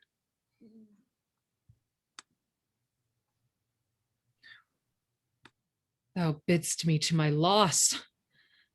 For true to thee were to prove false, which I will never be to him that is most true. To Milford go, and find not her whom thou pursuest. Flow, flow, you heavenly blessings on her. This fool's speed be crossed with slowness.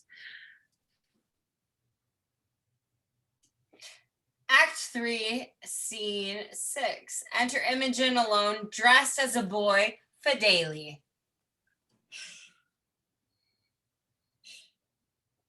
You see, a man's life is a tedious one.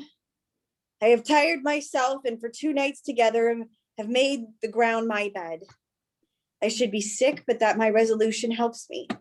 Milford, when from the mountaintop Pisanio showed thee, thou wast within a ken. 2 beggars told me I could not miss my way. My dear Posthumus, thou art one of the false ones. Now I think one thee. My hunger's gone. but even before I was at point to sink for food. But what is this? Here's a path to it, and 'tis some savage hold. I were best not call, and I dare not call. Ho! Who's here? If anything that's civil, speak. If savage, take or lend. Ho! No answer. Then I'll enter.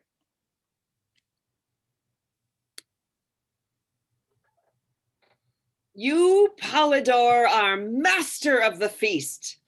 Codwell and I will play the cooks and serve. I am thoroughly weary. I am weak with toil, yet strong in appetite. There's cold meat in the cave. We'll browse on that whilst what I have killed be cooked. Stay, come not in. But that it eats our victuals, I should think here were a fairy. What's the matter, sir? An earthly paragon.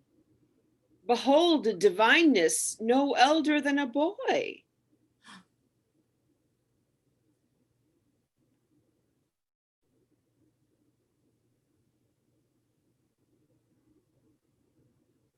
Imogen!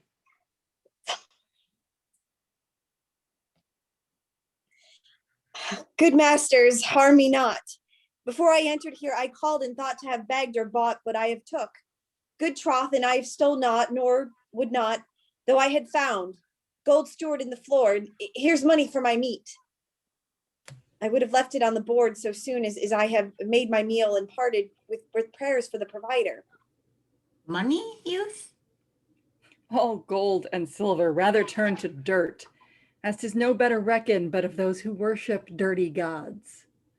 I see you're angry, and no, if you kill me for my fault, I should have died, and I have not made it. Whither bound? To Milford Haven. What's your name? Fidel, sir. I have a kinsman who is bound for Italy. He embarked at Milford, to whom being going almost spent with hunger, and I am fallen this offense. Prithee, fair youth, think us not churls, nor measure our good minds by this rude place we live in. Well encountered. 'Tis almost night, you shall have better cheer ere you depart. And thanks to stay and eat it. Boys, bid him welcome. I'll make it my comfort, he is a man. I'll love him as my brother, and such a welcome as I'd give to him after long absence, such as yours. Most welcome. Be sprightly, for you fall amongst friends. Amongst friends and brothers. Would it had been so that they had been my father's sons, that had my prize been less and so more equal, Balstelling and to thee Posthumus. He rings at some distress. Would I could free it. Or I, whate'er it be. What pain it cost, what danger, gods. Hark, boys. Great men, that had a court no bigger than this cave, that did attend themselves and had all virtues, could not outpeer these twain. Pardon me, gods, I change my sex to be companion with them, since Leonidas false. It shall be so. Boys, we'll go dress our hunt. Fair youth, come in. Discourse is heavy, fasting. When we have supped, we'll mannerly demand thee of thy story so far as thou wilt speak it. Thanks, sir. I pray, draw near. Act 4, Scene 1. Enter Cloten alone, dressed in Posthumus's garments. I am near to the place where they should meet, if Pisanio has mapped it truly. How fit his garments serve me? Why should his mistress not be fit too? I mean, the lines of my body are as well drawn as his, beyond him in the advantage of time, beyond him in birth. Yet this impercipient thing loves him in my despite. what mortality is. Posthumus, thy head, which now is growing upon thy shoulders, shall within this hour be off. Thy mistress in force, thy garments cut to pieces before thy face, and all this done, spurn her home to her father. My horse is tied up safe, outsword, and to a sore purpose fortune put them into my hand.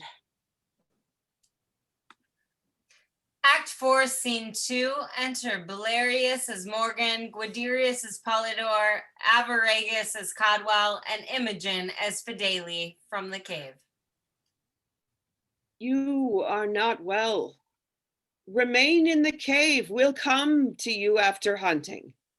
Brother, stay here. Are we not brothers? Go you to hunting. I'll abide with him. So sick I am not yet, and yet I am not well. I am ill, but your being by me cannot amend me. Society is no comfort to one not sociable. I am not very sick, since I can reason of it. Pray you trust me here. I'll rob none but myself, and let me die stealing so poorly. I love thee. I have spoken. How much the quantity, the weight, as much as I do love my father. What? How? If it be sin to say so, sir, I yoke me in my good brother's fault. I know not why I love this youth, and have heard you say love's reason without reason. The beer at the door, and a demand who it is shall die, I'd say, my father, not this youth. Oh, noble strain. Oh, worthiness of nature, breed of greatness. I'm not their father, yet who this should be doth miracle itself, loved before me. 'Tis the 9th hour of the morn. I wish you sport. We'll leave you for this time. Go in and rest. Will not be long away. Pray, not be sick. Well or ill, I am bound to you. And shalt be ever. These are kind creatures. Gods, what lies I have heard. Our courtiers say all savage, but at court I am sick still, heart sick. Pisanio, I'll now taste of thy drug.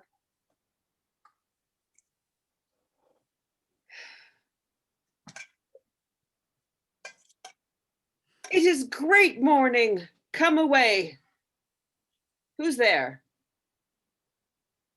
Can't find those renegades. Those renegades? Means he not us.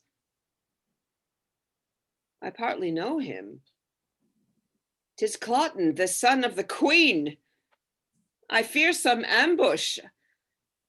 I saw him not these many years, and yet I know 'tis he. We are held as outlaws. Hence. He is but one. You and my brother search what companies are near.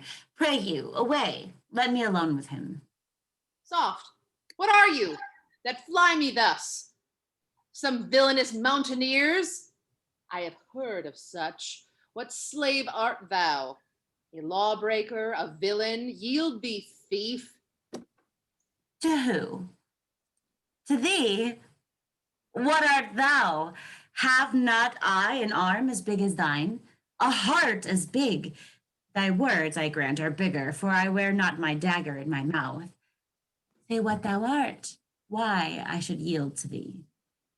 Thou villain base, knowest me not by my clothes.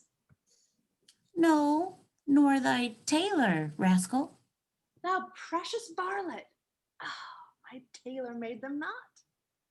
Hence then, and thank the man that gave them thee. Thou art some fool. I am loath to beat thee. Thou injurious thief, hear but my name and tremble. What's thy name? Cloten, thou villain. Cloten, thou double villain. Be thy name, I cannot tremble at it. Were it toad or adder, spider, 'twould woo me sooner. To thy further fear, I am the son of the queen. I'm sorry for it, not seeming so worthy as thy birth. Art not feared. Those that I reference, those I fear, the wise. At fools I laugh, not fear them. Die the death. Then I have slain thee with my proper hand. I'll follow those that even now fled hence, and on the gates of Ludstown set your heads.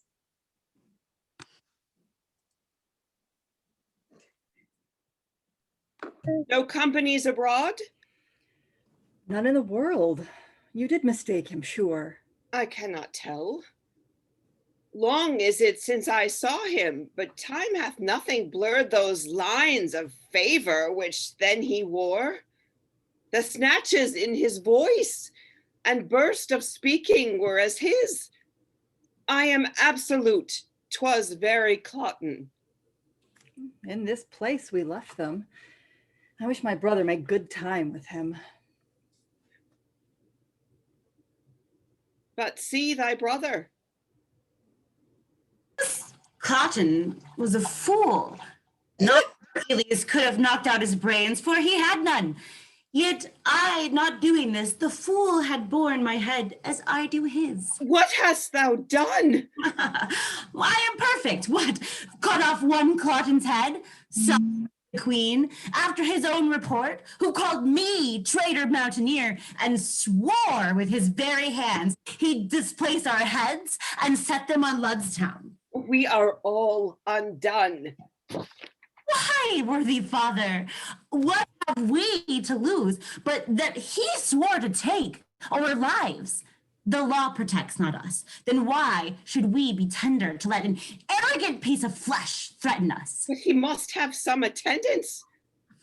Though his humor, not absolute madness, could so far have raved to bring him here alone. Then good we fear, if we do fear this body hath a tale more perilous than his head. Let ordinance come as the gods foresay it. Howsoe'er my brother hath done well. I had no mind to hunt this day. The boy, Guiderius' sickness did make my way long forth. With his own sword, which he did wave against my throat, I have ta'en his head from him. Well, I'll throw it into the creek behind our rock and let it to the sea and tell the fishes he's the queen's son, Cloten. That's all I reck. I fear 'twill be revenged. Would, Polydor, thou hadst not done, though valor becomes thee well enough. Would I had done't, so the revenge alone pursued me. Polydor, I love thee brotherly, but envy much that thou hast robbed me of this deed. Well, 'tis done. We'll hunt no more today, nor seek for danger where there's no profit. I prithee to our rock. You and Fideli play the cooks. I'll stay till hasty Polydor return and bring him to dinner presently. Poor sick Fidele. I'll willingly to him. To gain his color, I'd let a parish of such Cloten's blood and praise myself for charity. Oh, thou goddess, thou divine nature, thou thyself, thou blazonst in these two princely boys. 'Tis a wonder that an invisible instinct should frame them to royalty unlearned.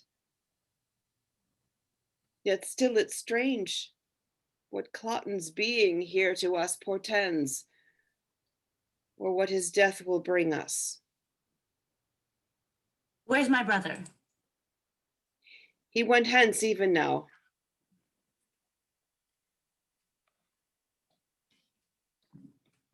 The bird is dead that we have made so much on. I had rather to have turned my leaping time into a crutch than have seen this.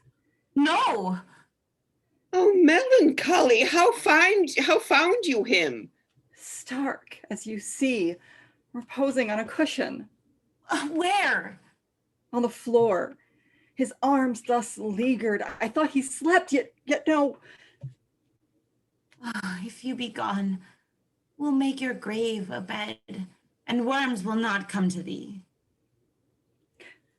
With fairest flowers I'll sweeten thy sad grave. Thou shalt not lack. And let us, Polydore, though now our voices have got the mannish crack, sing him to the ground. I cannot sing. Oh, weep. We'll speak it then. Great griefs. I see medicine the less, for Cloten is quite forgot. He was a queen's son, boys. And though he came our enemy, remember he was paid for that. Though mean and mighty, and though you took his life as being our foe, you bury him as a prince. Pray you fetch him thither. We'll say our song the whilst. Fear no more the heat of the sun, nor the furious winter's rages. Thou thy worldly task hath done, home art gone, and ta'en thy wages. Fear no more the frown of the great, thou art past the tyrant's stroke. Care no more to clothe and eat, to thee the reed is as the oak. All lovers young, all lovers must consign to thee and come to dust. No exerciser harm thee, nor no witchcraft charm thee. Ghost unlaid forbear thee, nothing ill come near thee.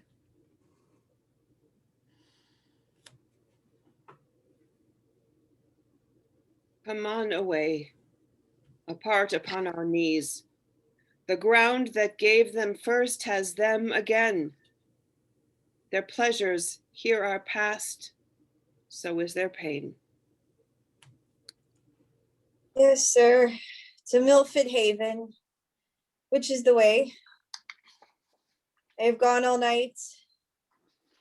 Faith, I'll lie down and sleep.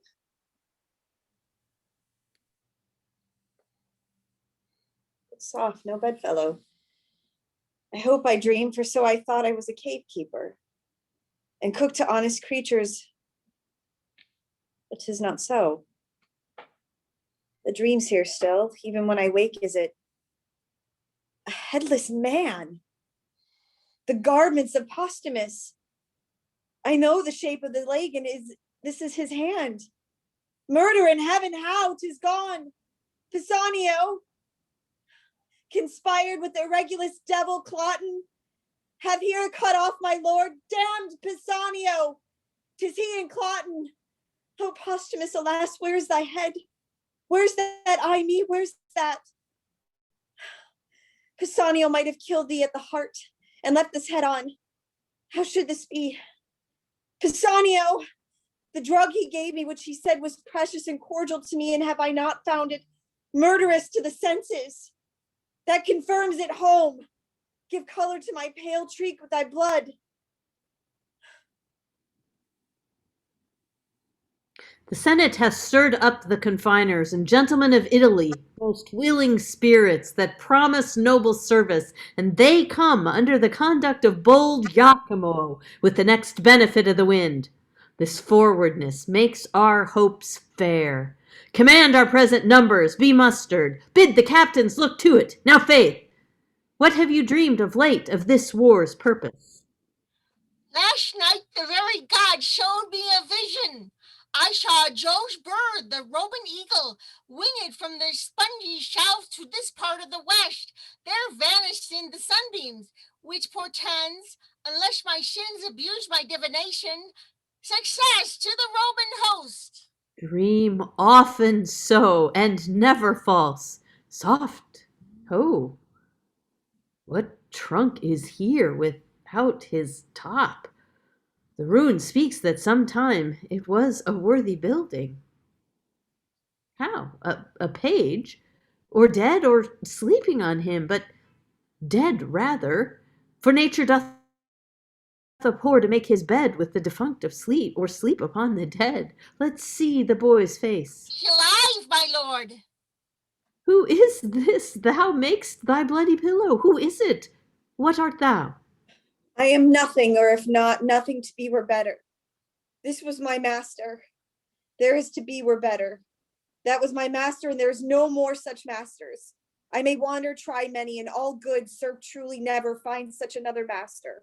Black good youth, thou movest no less with thy complaining than thy master in bleeding. Say his name, good friend. Richard Duchamp. And if I do lie and do harm by it, though the gods hear, I hope they'll pardon it. Say you, sir. Thy name. Fidel, sir. Thy name well fits thy faith, thy name. Wilt thou take a chance with me? I will not say thou shalt be so well mastered, but be sure no less beloved. The Roman Emperor's letter, sent by a council to me, should not sooner than thine own worth prefer thee. Go with me. I'll follow, sir.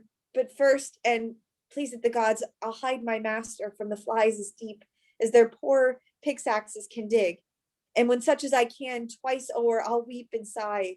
So please you, entertain me. Aye, good youth, and rather father thee than master thee. My friends, the boy hath taught us manly duties. Let us find out the prettiest daisied plot we can, and make him with our pikes and partisans a grave. Come, arm him, boy, so wipe thine eyes. Some falls are means the happier to arise. Act 4, Scene 3. Enter Cymbeline, Lords, Pisanio, and attendants. Again, and bring me word how 'tis with her. A fever with the absence of her son, a madness of which her life's in danger. Heavens, how deeply you at once do touch me. Imogen, the great part of my comfort, gone. My queen upon a desperate bed, and in a time when fearful wars point at me. Her son gone, so needful for this present. It strikes me past the hope of comfort. But for thee, fellow, who needs must know of her departure, and dost seem so ignorant, will enforce it from thee by a sharp torture. Sir, my life is yours. I humbly set it at your will. But for my mistress, I nothing know where she remains, why gone, nor when she purposes return. Beseech your highness, hold me your loyal servant.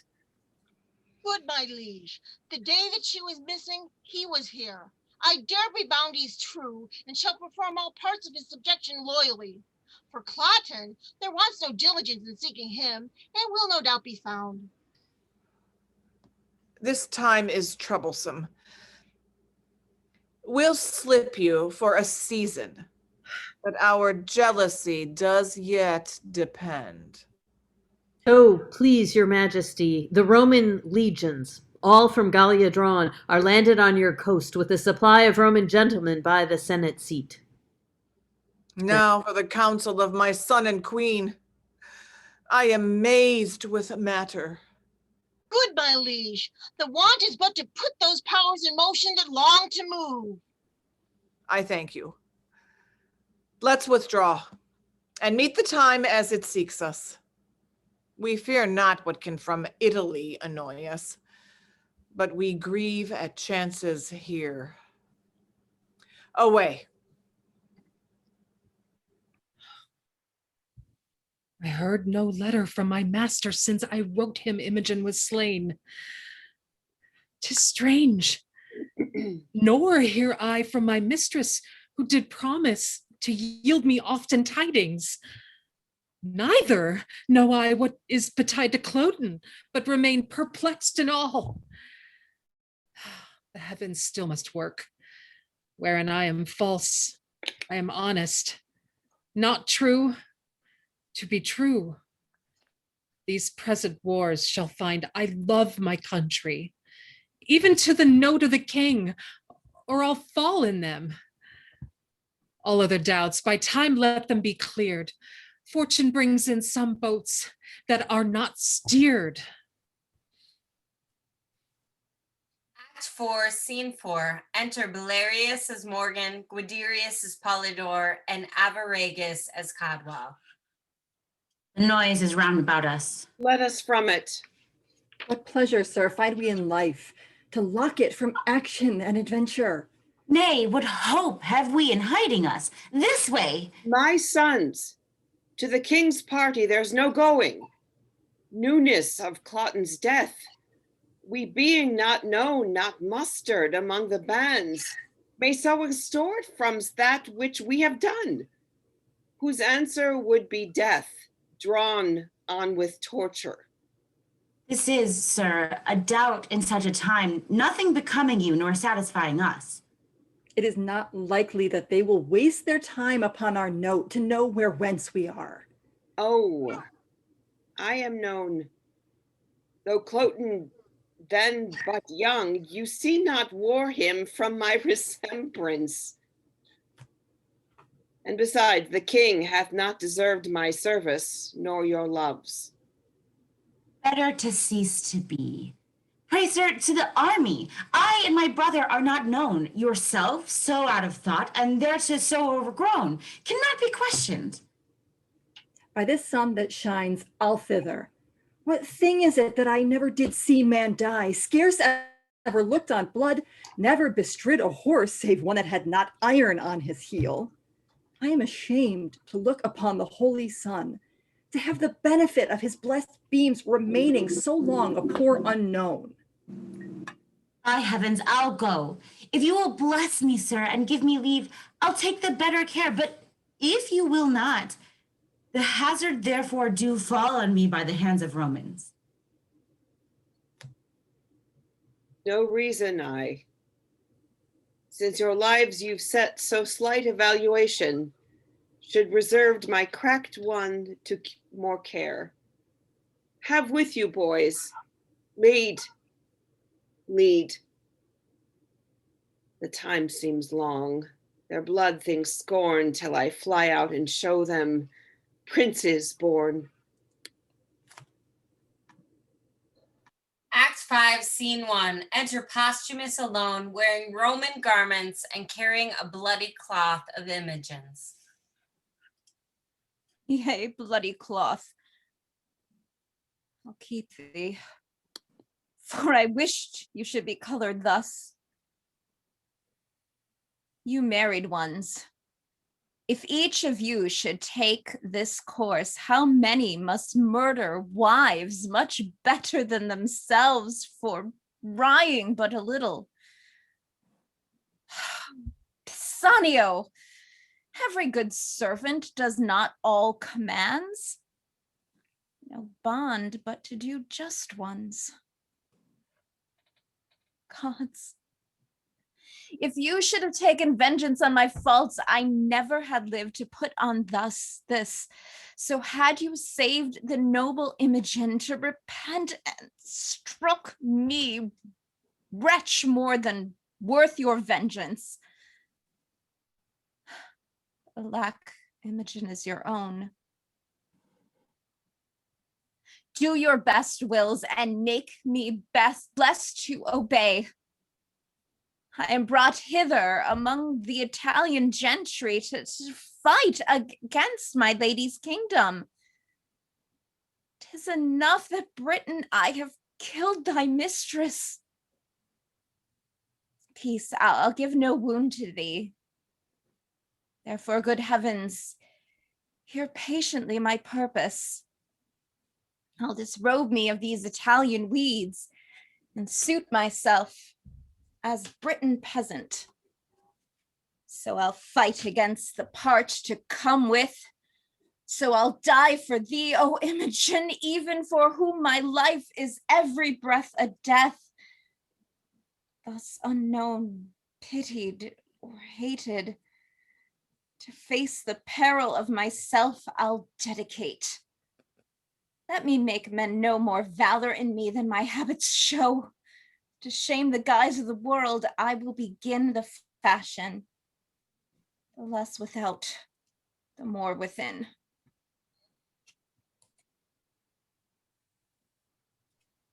Act 5, Scene 2. Enter Lucius, Iachimo, and the Roman army at one door, and the Briton army at another.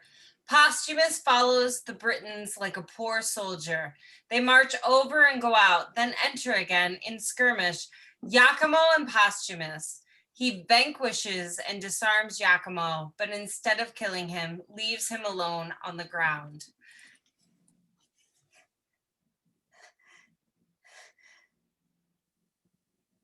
Ugh. The heaviness and guilt within my bosom takes off my manhood. I have belied a lady, the princess of this country, and the heir on it revengingly enfeebles me. Or could this Carl, a very drudge of nature's, have subdued me in my profession? Knighthoods and honors, born as I wear mine, are titles but of scorn. If that thy gentry, Britain, go before this lout as he exceeds our lords, the odds is that we scarce are men, and you are gods.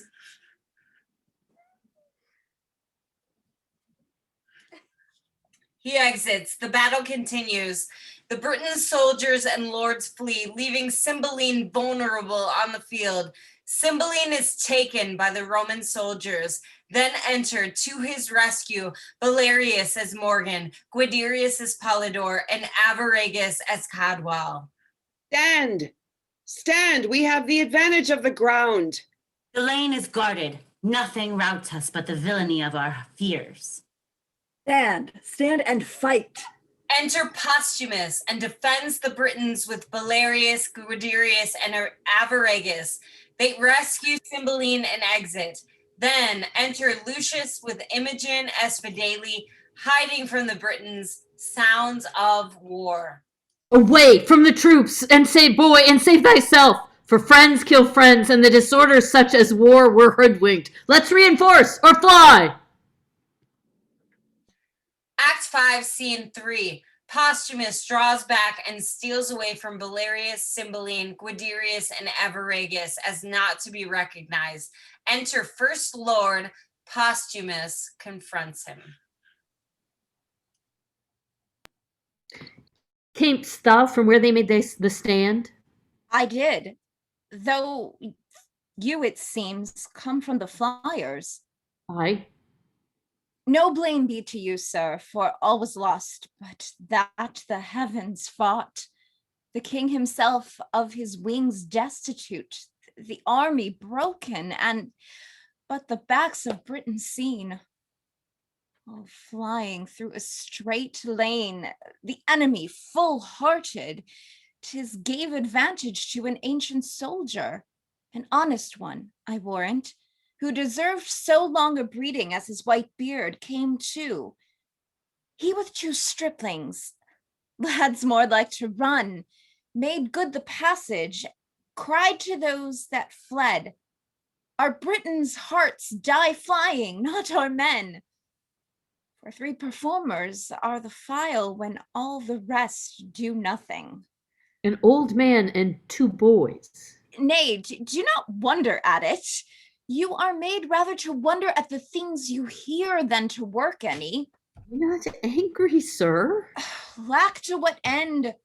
Who dares not stand his foe, I'll be his friend.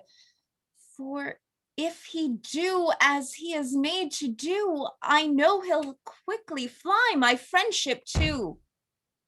Ugh! You have put me into rhyme. Farewell, you're angry. Still going? This a lord? Oh, noble misery, to be in the field and ask what news of me. Today, how many would have given their honors to have saved their carcasses, took heel to do it, and yet died too? I, in mine own woe charmed, could not find death where I did hear him groan, nor feel where he struck. Well, I will find him, no more a Briton. I have resumed again the part I came in.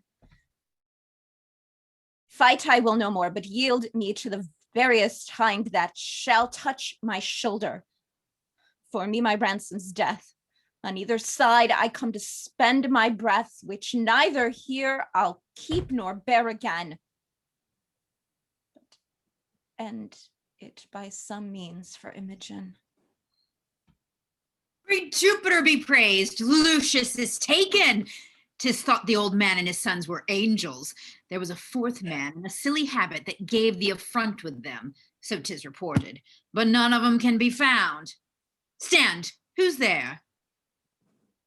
A Roman, who had not now been drooping here if seconds had answered him. Lay hands on him. A dog, a leg of Rome shall not return to tell what crows have pecked them here. He brags his service as if he were of note. Bring him to the king. You shall not be stolen. You have locks upon you. Act 5, Scene 4. Enter jailer, throwing Posthumus in a cell in chains. Jailer exits. Most welcome bondage, for thou art a way, I think, to liberty.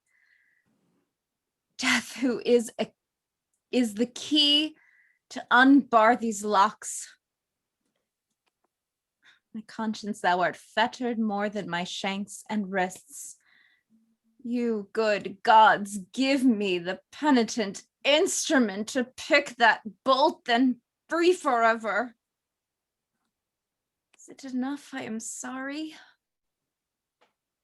Imogen's dear life, take mine, and though 'tis not so dear, yet 'tis a life. Oh, Imogen, I'll speak to thee in silence. He lies down and sleeps. Solemn music. Enter an apparition. Sicilius, Leonatus, father to Posthumus, an old man attired like a warrior. Hath my poor boy done aught but well? His face I never saw. Great nature, like his ancestry, modeled the stuff so fair, that he deserved the praise o'er the world, as great Sicilius' heir, with marriage there wherefore he was mocked, to be exiled and thrown from Leonites' seat and cast from her, his dear one, sweet Imogen. Why did you suffer, Iachimo, slight thing of Italy, to taint his nobler heart and brain with needless jealousy and become the gleck and scorn of the other's villainy? For this, in stiller seats I came. Then, Jupiter, thou king of gods, why hast thou adjourned the graces of his merits due, since Jupiter, my son, is good? Take off his miseries. Whom best I love, I cross to make my gift. He shall be Lord of Lady Imogen, and happier much by his affliction made. He places a tablet on Posthumus. This tablet lay upon his breast, wherein my pleasure his full fortune doth confine. Sicilius vanishes.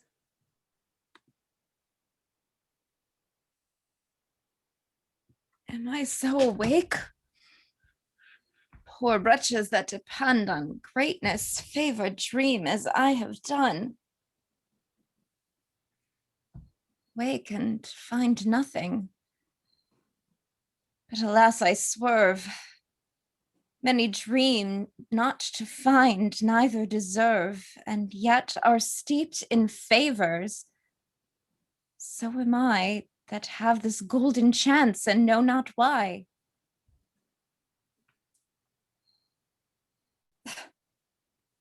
'Tis still a dream, or else such stuff as madmen, tongue and brain, not either both or nothing, or senseless speaking, or a speaking such as a sense cannot untie. Be what it is, the action of my life is like it, which I'll keep but for sympathy. He pockets the tablet. Enter Captain. Come, sir, are you ready for death? Over roasted, rather. Ready long ago, I am merrier to die than thou art to live. Indeed, sir, he that sleeps feels not the toothache. But a man that were to sleep your sleep, I think he would change places with his officer, for, look you, sir, you know not which way you shall go. Yes, indeed I do, fellow. And how you shall speed in your journey's end, I think you'll never return to tell one. I tell thee, fellow, there are none want eyes to direct them the way I am going. What an infinite mock is this, that a man should have the best use of eyes to see the way of blindness. I am sure hanging's the way of winking. Knock off his manacles. Bring your prisoner to the king. I bring good news. You are called to be made free.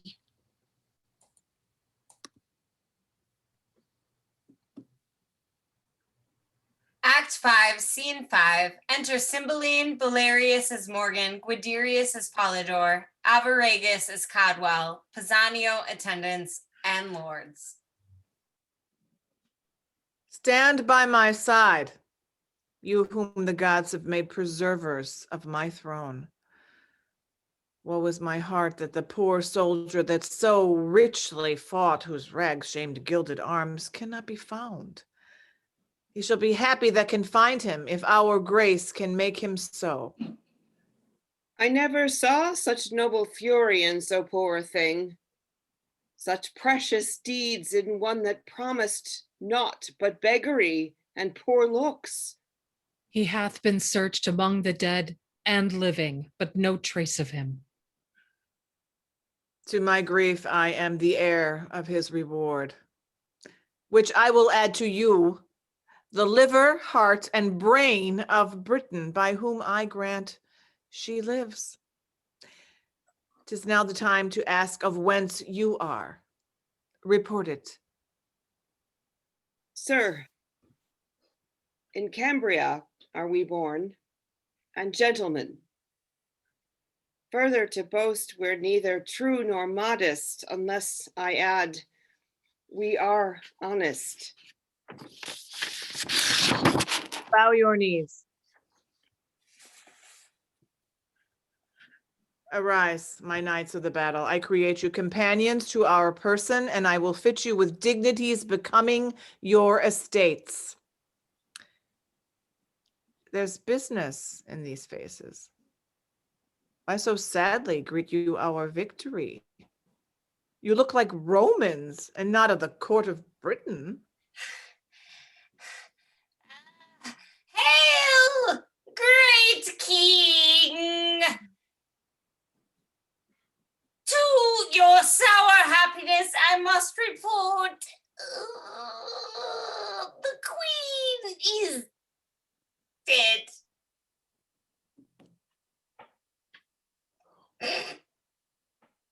Who worse than a physician could this report become? How ended she? With horror, madly dying like her life, which being cruel to the world, concluded most cruel to herself. What she confessed, I will report, so please you.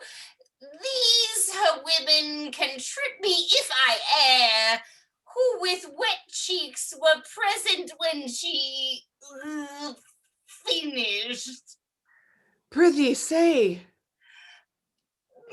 First, she confessed she never loved you, only married your royalty, was wife to your place, abhorred your person.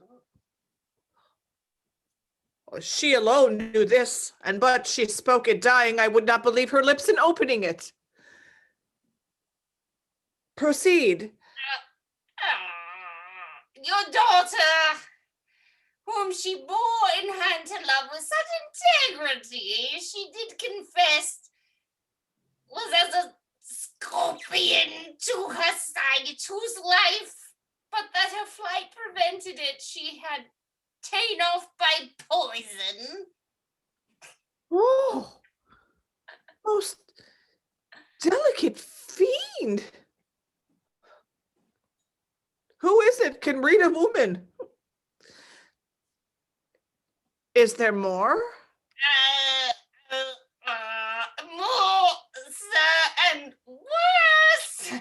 She did confess she had for you a mortal mineral, which being took, should by the minute feed on life, and lingering by inches waste you, in which time she purposed by watching, weeping, tendons, kissing, to o'ercome you with her show, and in time when she had fitted you with her craft to work her son into the adoption of the crown, by failing of her end, by this strange absence grew shameless, desperate, opened in despite of heaven and men, her purposes, repented the evil she hatched, and so died. Mine eyes were not in fault, for she was beautiful, and thought her like her seeming. It had been vicious to have mistrusted her. Yet, oh, my daughter, that it was folly in me thou mayst say, and prove it in thy feeling.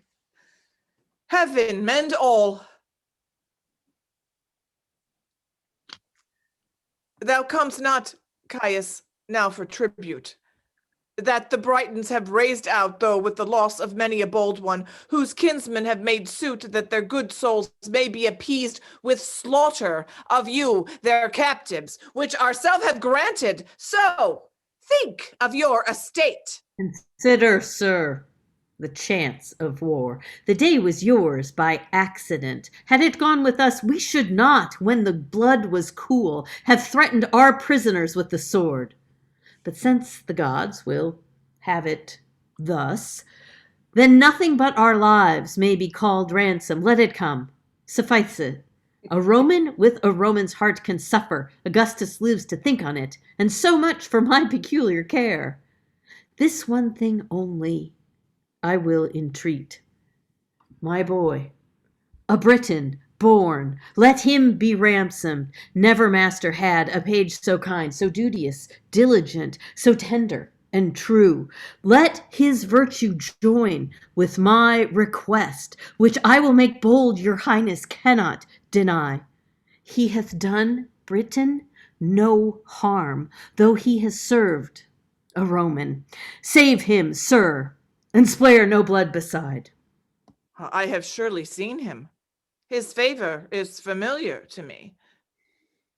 Boy, thou hast looked thyself into my grace, and art my own. I know not why, wherefore to say, live, boy. Ne'er thank thy master. Live, and ask Cymbeline what boon thou wilt. I do not beg thee beg my life, good lad, and yet I know thou wilt. No, alack. There's other work in hand, and I see a thing bitter to me as death. This boy disdains me. What wouldst thou, boy? I love thee more and more. Think more and more what's best to ask. Knowest him thou look'st on? Speak. Wilt thou have him? Is he thy kin, thy friend? I'll tell you, sir, in private, if you please to give me hearing. Aye, with all my heart. I'll be thy master. Walk with me. Speak freely. Is not this the boy revived from death? One sand another not more resembles that sweet rosy lad who died and was fidele. What think you? Same dead thing alive. Peace, peace, see further. He eyes us not, forbear. Were't he, I am sure he would not have spoke to us. Is my mistress. Since she is living, let the time run on to good or bad. Come stand by our side. Make thy demand aloud. Sir, step you forth. Give answer to this boy and do it freely. My boon is that this gentleman may render of whom he had this ring. That to him. That diamond upon your finger? Say how came it yours? Thou torture me to leave unspoken that which to be spoke would torture thee. How? Me? I am glad to be constrained to utter that which torments me to conceal by villainy. I got this ring. Wilt thou hear more, my lord? All that belongs to this. Oh God, thy paragon, thy daughter, for whom my heart drops blood and my false spirits quail to remember the good Posthumus. What should I say? He was too good to be where ill men were, and was the best of all amongst the rarest of good ones, sitting sadly, hearing us praise our loves of Italy. I stand on fire. Come to the matter. And in too soon I shall, your daughter's chastity there, it begins. He spake of her as Diane had hot dreams and she alone were cold, whereat I, wretch, made scruple of his praise and wagered with him pieces of gold against this, which then he wore upon his honored finger to attain the suit, the place of his bed, and win this ring by hers and mine adultery. He, true knight, no lesser of her honor confident than I did truly find her, stakes this ring. Post I in this design. Well may you, sir, remember me at court where I was taught of your chaste daughter the wide difference twixt amorous and villainous. Being thus quenched of hope most vilely from my own vantage, did I return with similar proof enough to make the noble Leonatus mad?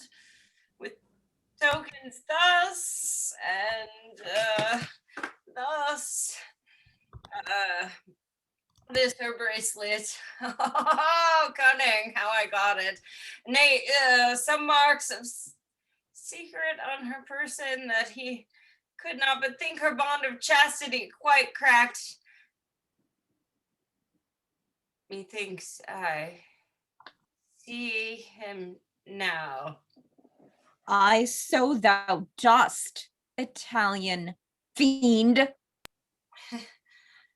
I me, most credulous fool, egregious murderer, thief, anything that's due to all the villains past and being to come. Oh, give me cord or knife or poison, some upright justicer. O king, send out for torturers ingenious. It is I that all the abhorred things of the earth amend by being worse than they. I am Posthumus that killed thy daughter. villain like am I lie, spit and throw stones, cast mire upon me. Oh, my queen, my life, my wife. Oh, Imogen, Imogen, Imogen. Peace, my lord, here. Shall have the play of this, thou scornful page, there lie thy apart. Oh, gentlemen, help! Mine and your mistress! Oh, my lord Posthumus, you ne'er killed Imogen till now. Help! Help, mine honored lady! Does the world go round? Wake, my mistress! If this be so, the gods do mean to strike me to death with mortal joy. How fares my mistress? Get thee from my sight. Thou gavest me poison. Dangerous fellow, hence, breathe not where the princes are. The tune of Imogen. Lady, the gods throw stones of sulfur on me, if that box I gave you was not thought by me a precious thing. I had it from the queen. Oh, gods! I left out one thing which the queen confessed. If Pisanio give his mistress that confection, then she is served as I would serve a rat. The queen, sir, very oft importuned me to temper poisons for her, still pretending the satisfaction of her knowledge only in killing creatures vile, as cats and dogs, of no esteem. I, dreading that her purpose was of more danger, did compound for her certain stuff which, being tamed, would cease the present power of life, but in a short time all offices of nature should again do their due functions. Have you seen of it? Most like I did, for I was dead. Oh. My boys, there was our error. This is sure Fidele. Why did you throw your wedded lady from you? Hang there like fruit, my soul, till the tree die. How now, my flesh, my child? Will thou not speak to me? Your blessing, sir. Aye, by my tears that fall. The queen's dead. I am sorry for it, my lord. Oh, she was not. And long of her it was that we meet here so strangely. But her son is gone, we know not how nor where. My lord, now fear is from me, I'll speak the truth. Lord Cloten, upon my lady's missing, came to me with his sword drawn, foamed at the mouth, and swore if I discovered not which way she was gone, it was my instant death. Away he posts hence, in a frenzy, in my master's garments, with unchaste purpose, and with oath to violate my lady's honor. What became of him, I further know not. Let me into the story. I cut off his head. Mary, the gods forfend. I would not thy good deeds should from my lips pluck a hard sentence. Prithee, valiant youth, deny it again. Well, I have spoke it, and I did it. He was a prince. A most uncivil one. The wrongs he did me were nothing prince-like, for he did provoke me, and I am glad he is not standing here. By thine own tongue thou art condemned, and must endure our law. In sorrow, thou dead. Stay, Sir King. This man is better than the man he slew, as well descended as thyself, and hath more of thee merited than a band of Clotens had ever scar for. Let his arms alone. They were not born for bondage. Why, old soldier, wilt thou undo the worth thou art unpaid for by tasting of our wrath? How of descent as good as we? In that he spake too far. Thou hadst, great king, a subject who was called Belarius. What of him? He is a banished traitor. It is that hath assumed his age, indeed a banished man. I know not how a traitor. Take him hence. First pay me for the nursing of thy sons. Nursing of my sons? I am too blunt and saucy. Here's my knee. These two young gentlemen that call me father and think they are my sons are none of mine. They are the issue of your loins, my liege, and blood of your begetting. How? My issue? So sure as you, your fathers, I, old Morgan, am that Belarius whom you sometime banished. Your pleasure was my mere offense, my punishment itself, and all my treason. That I suffered was all the harm I did. These gentle princes, for such and so they are, have I trained up. I stole these children upon my banishment. Beaten for loyalty, excited me to treason. Here are your sons again. And I must lose two of the sweetest companions in the world. Thou weepst and speaks?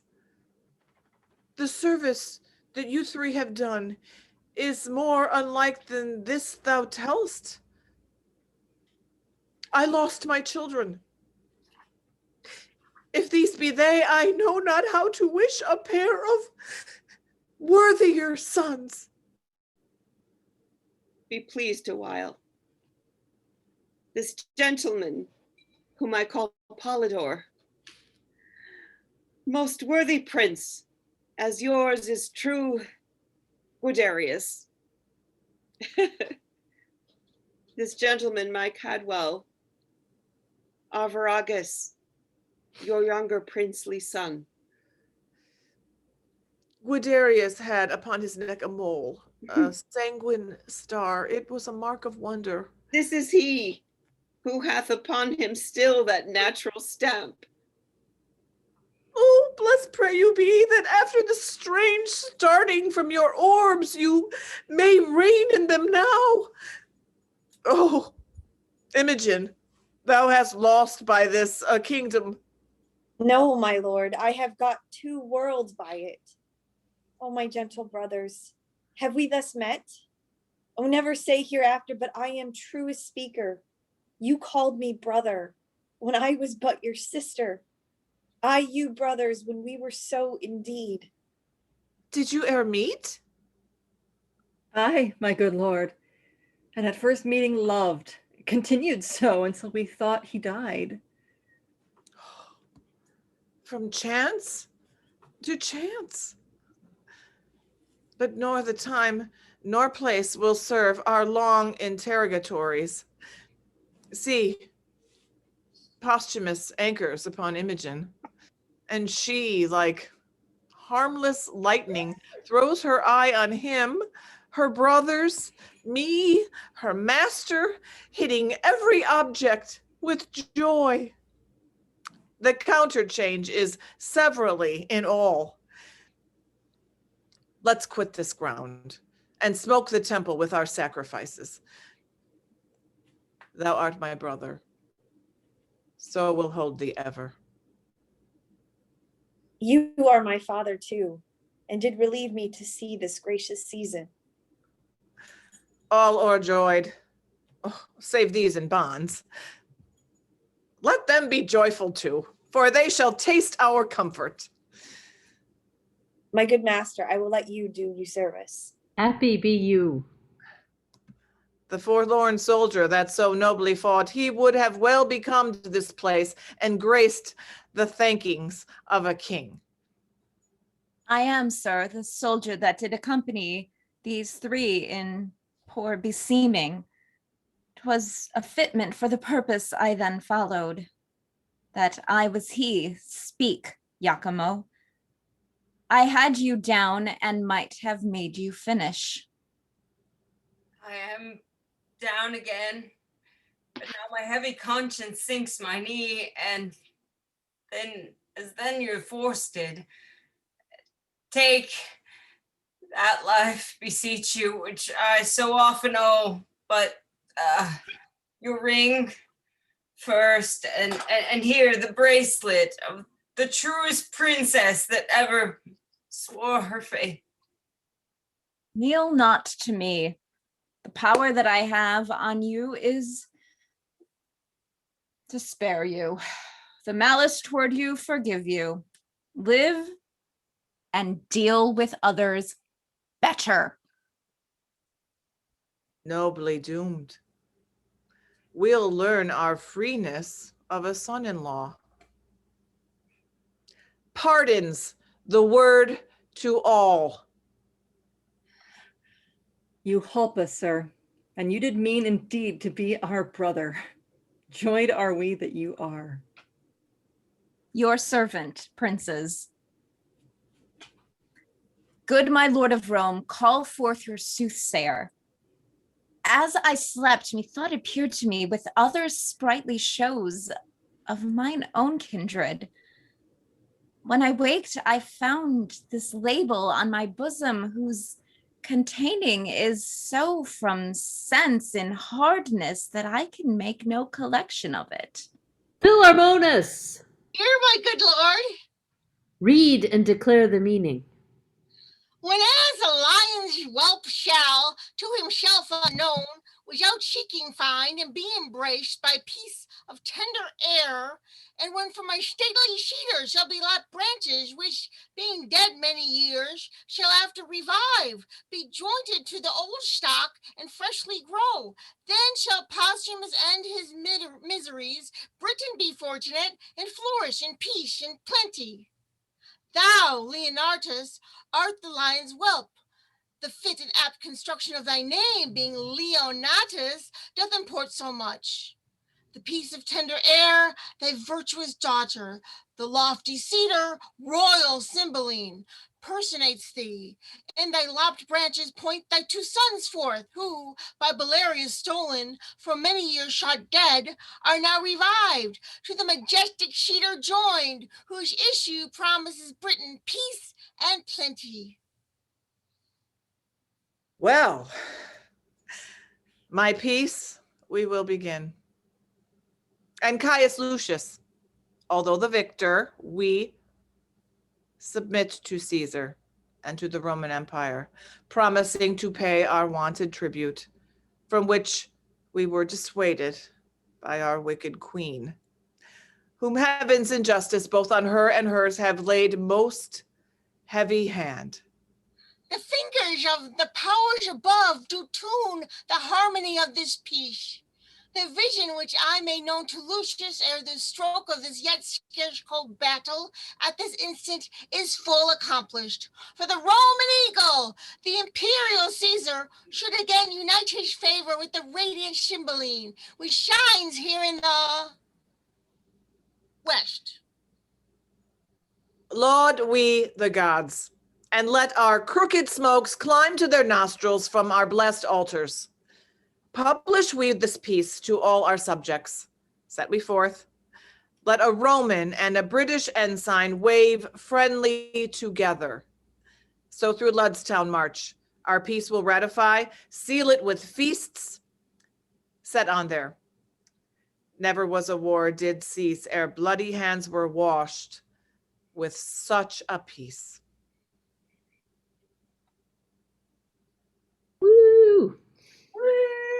types you want. The end. I always do that. Yay, you guys! Everyone, come on! Woohoo! Yay!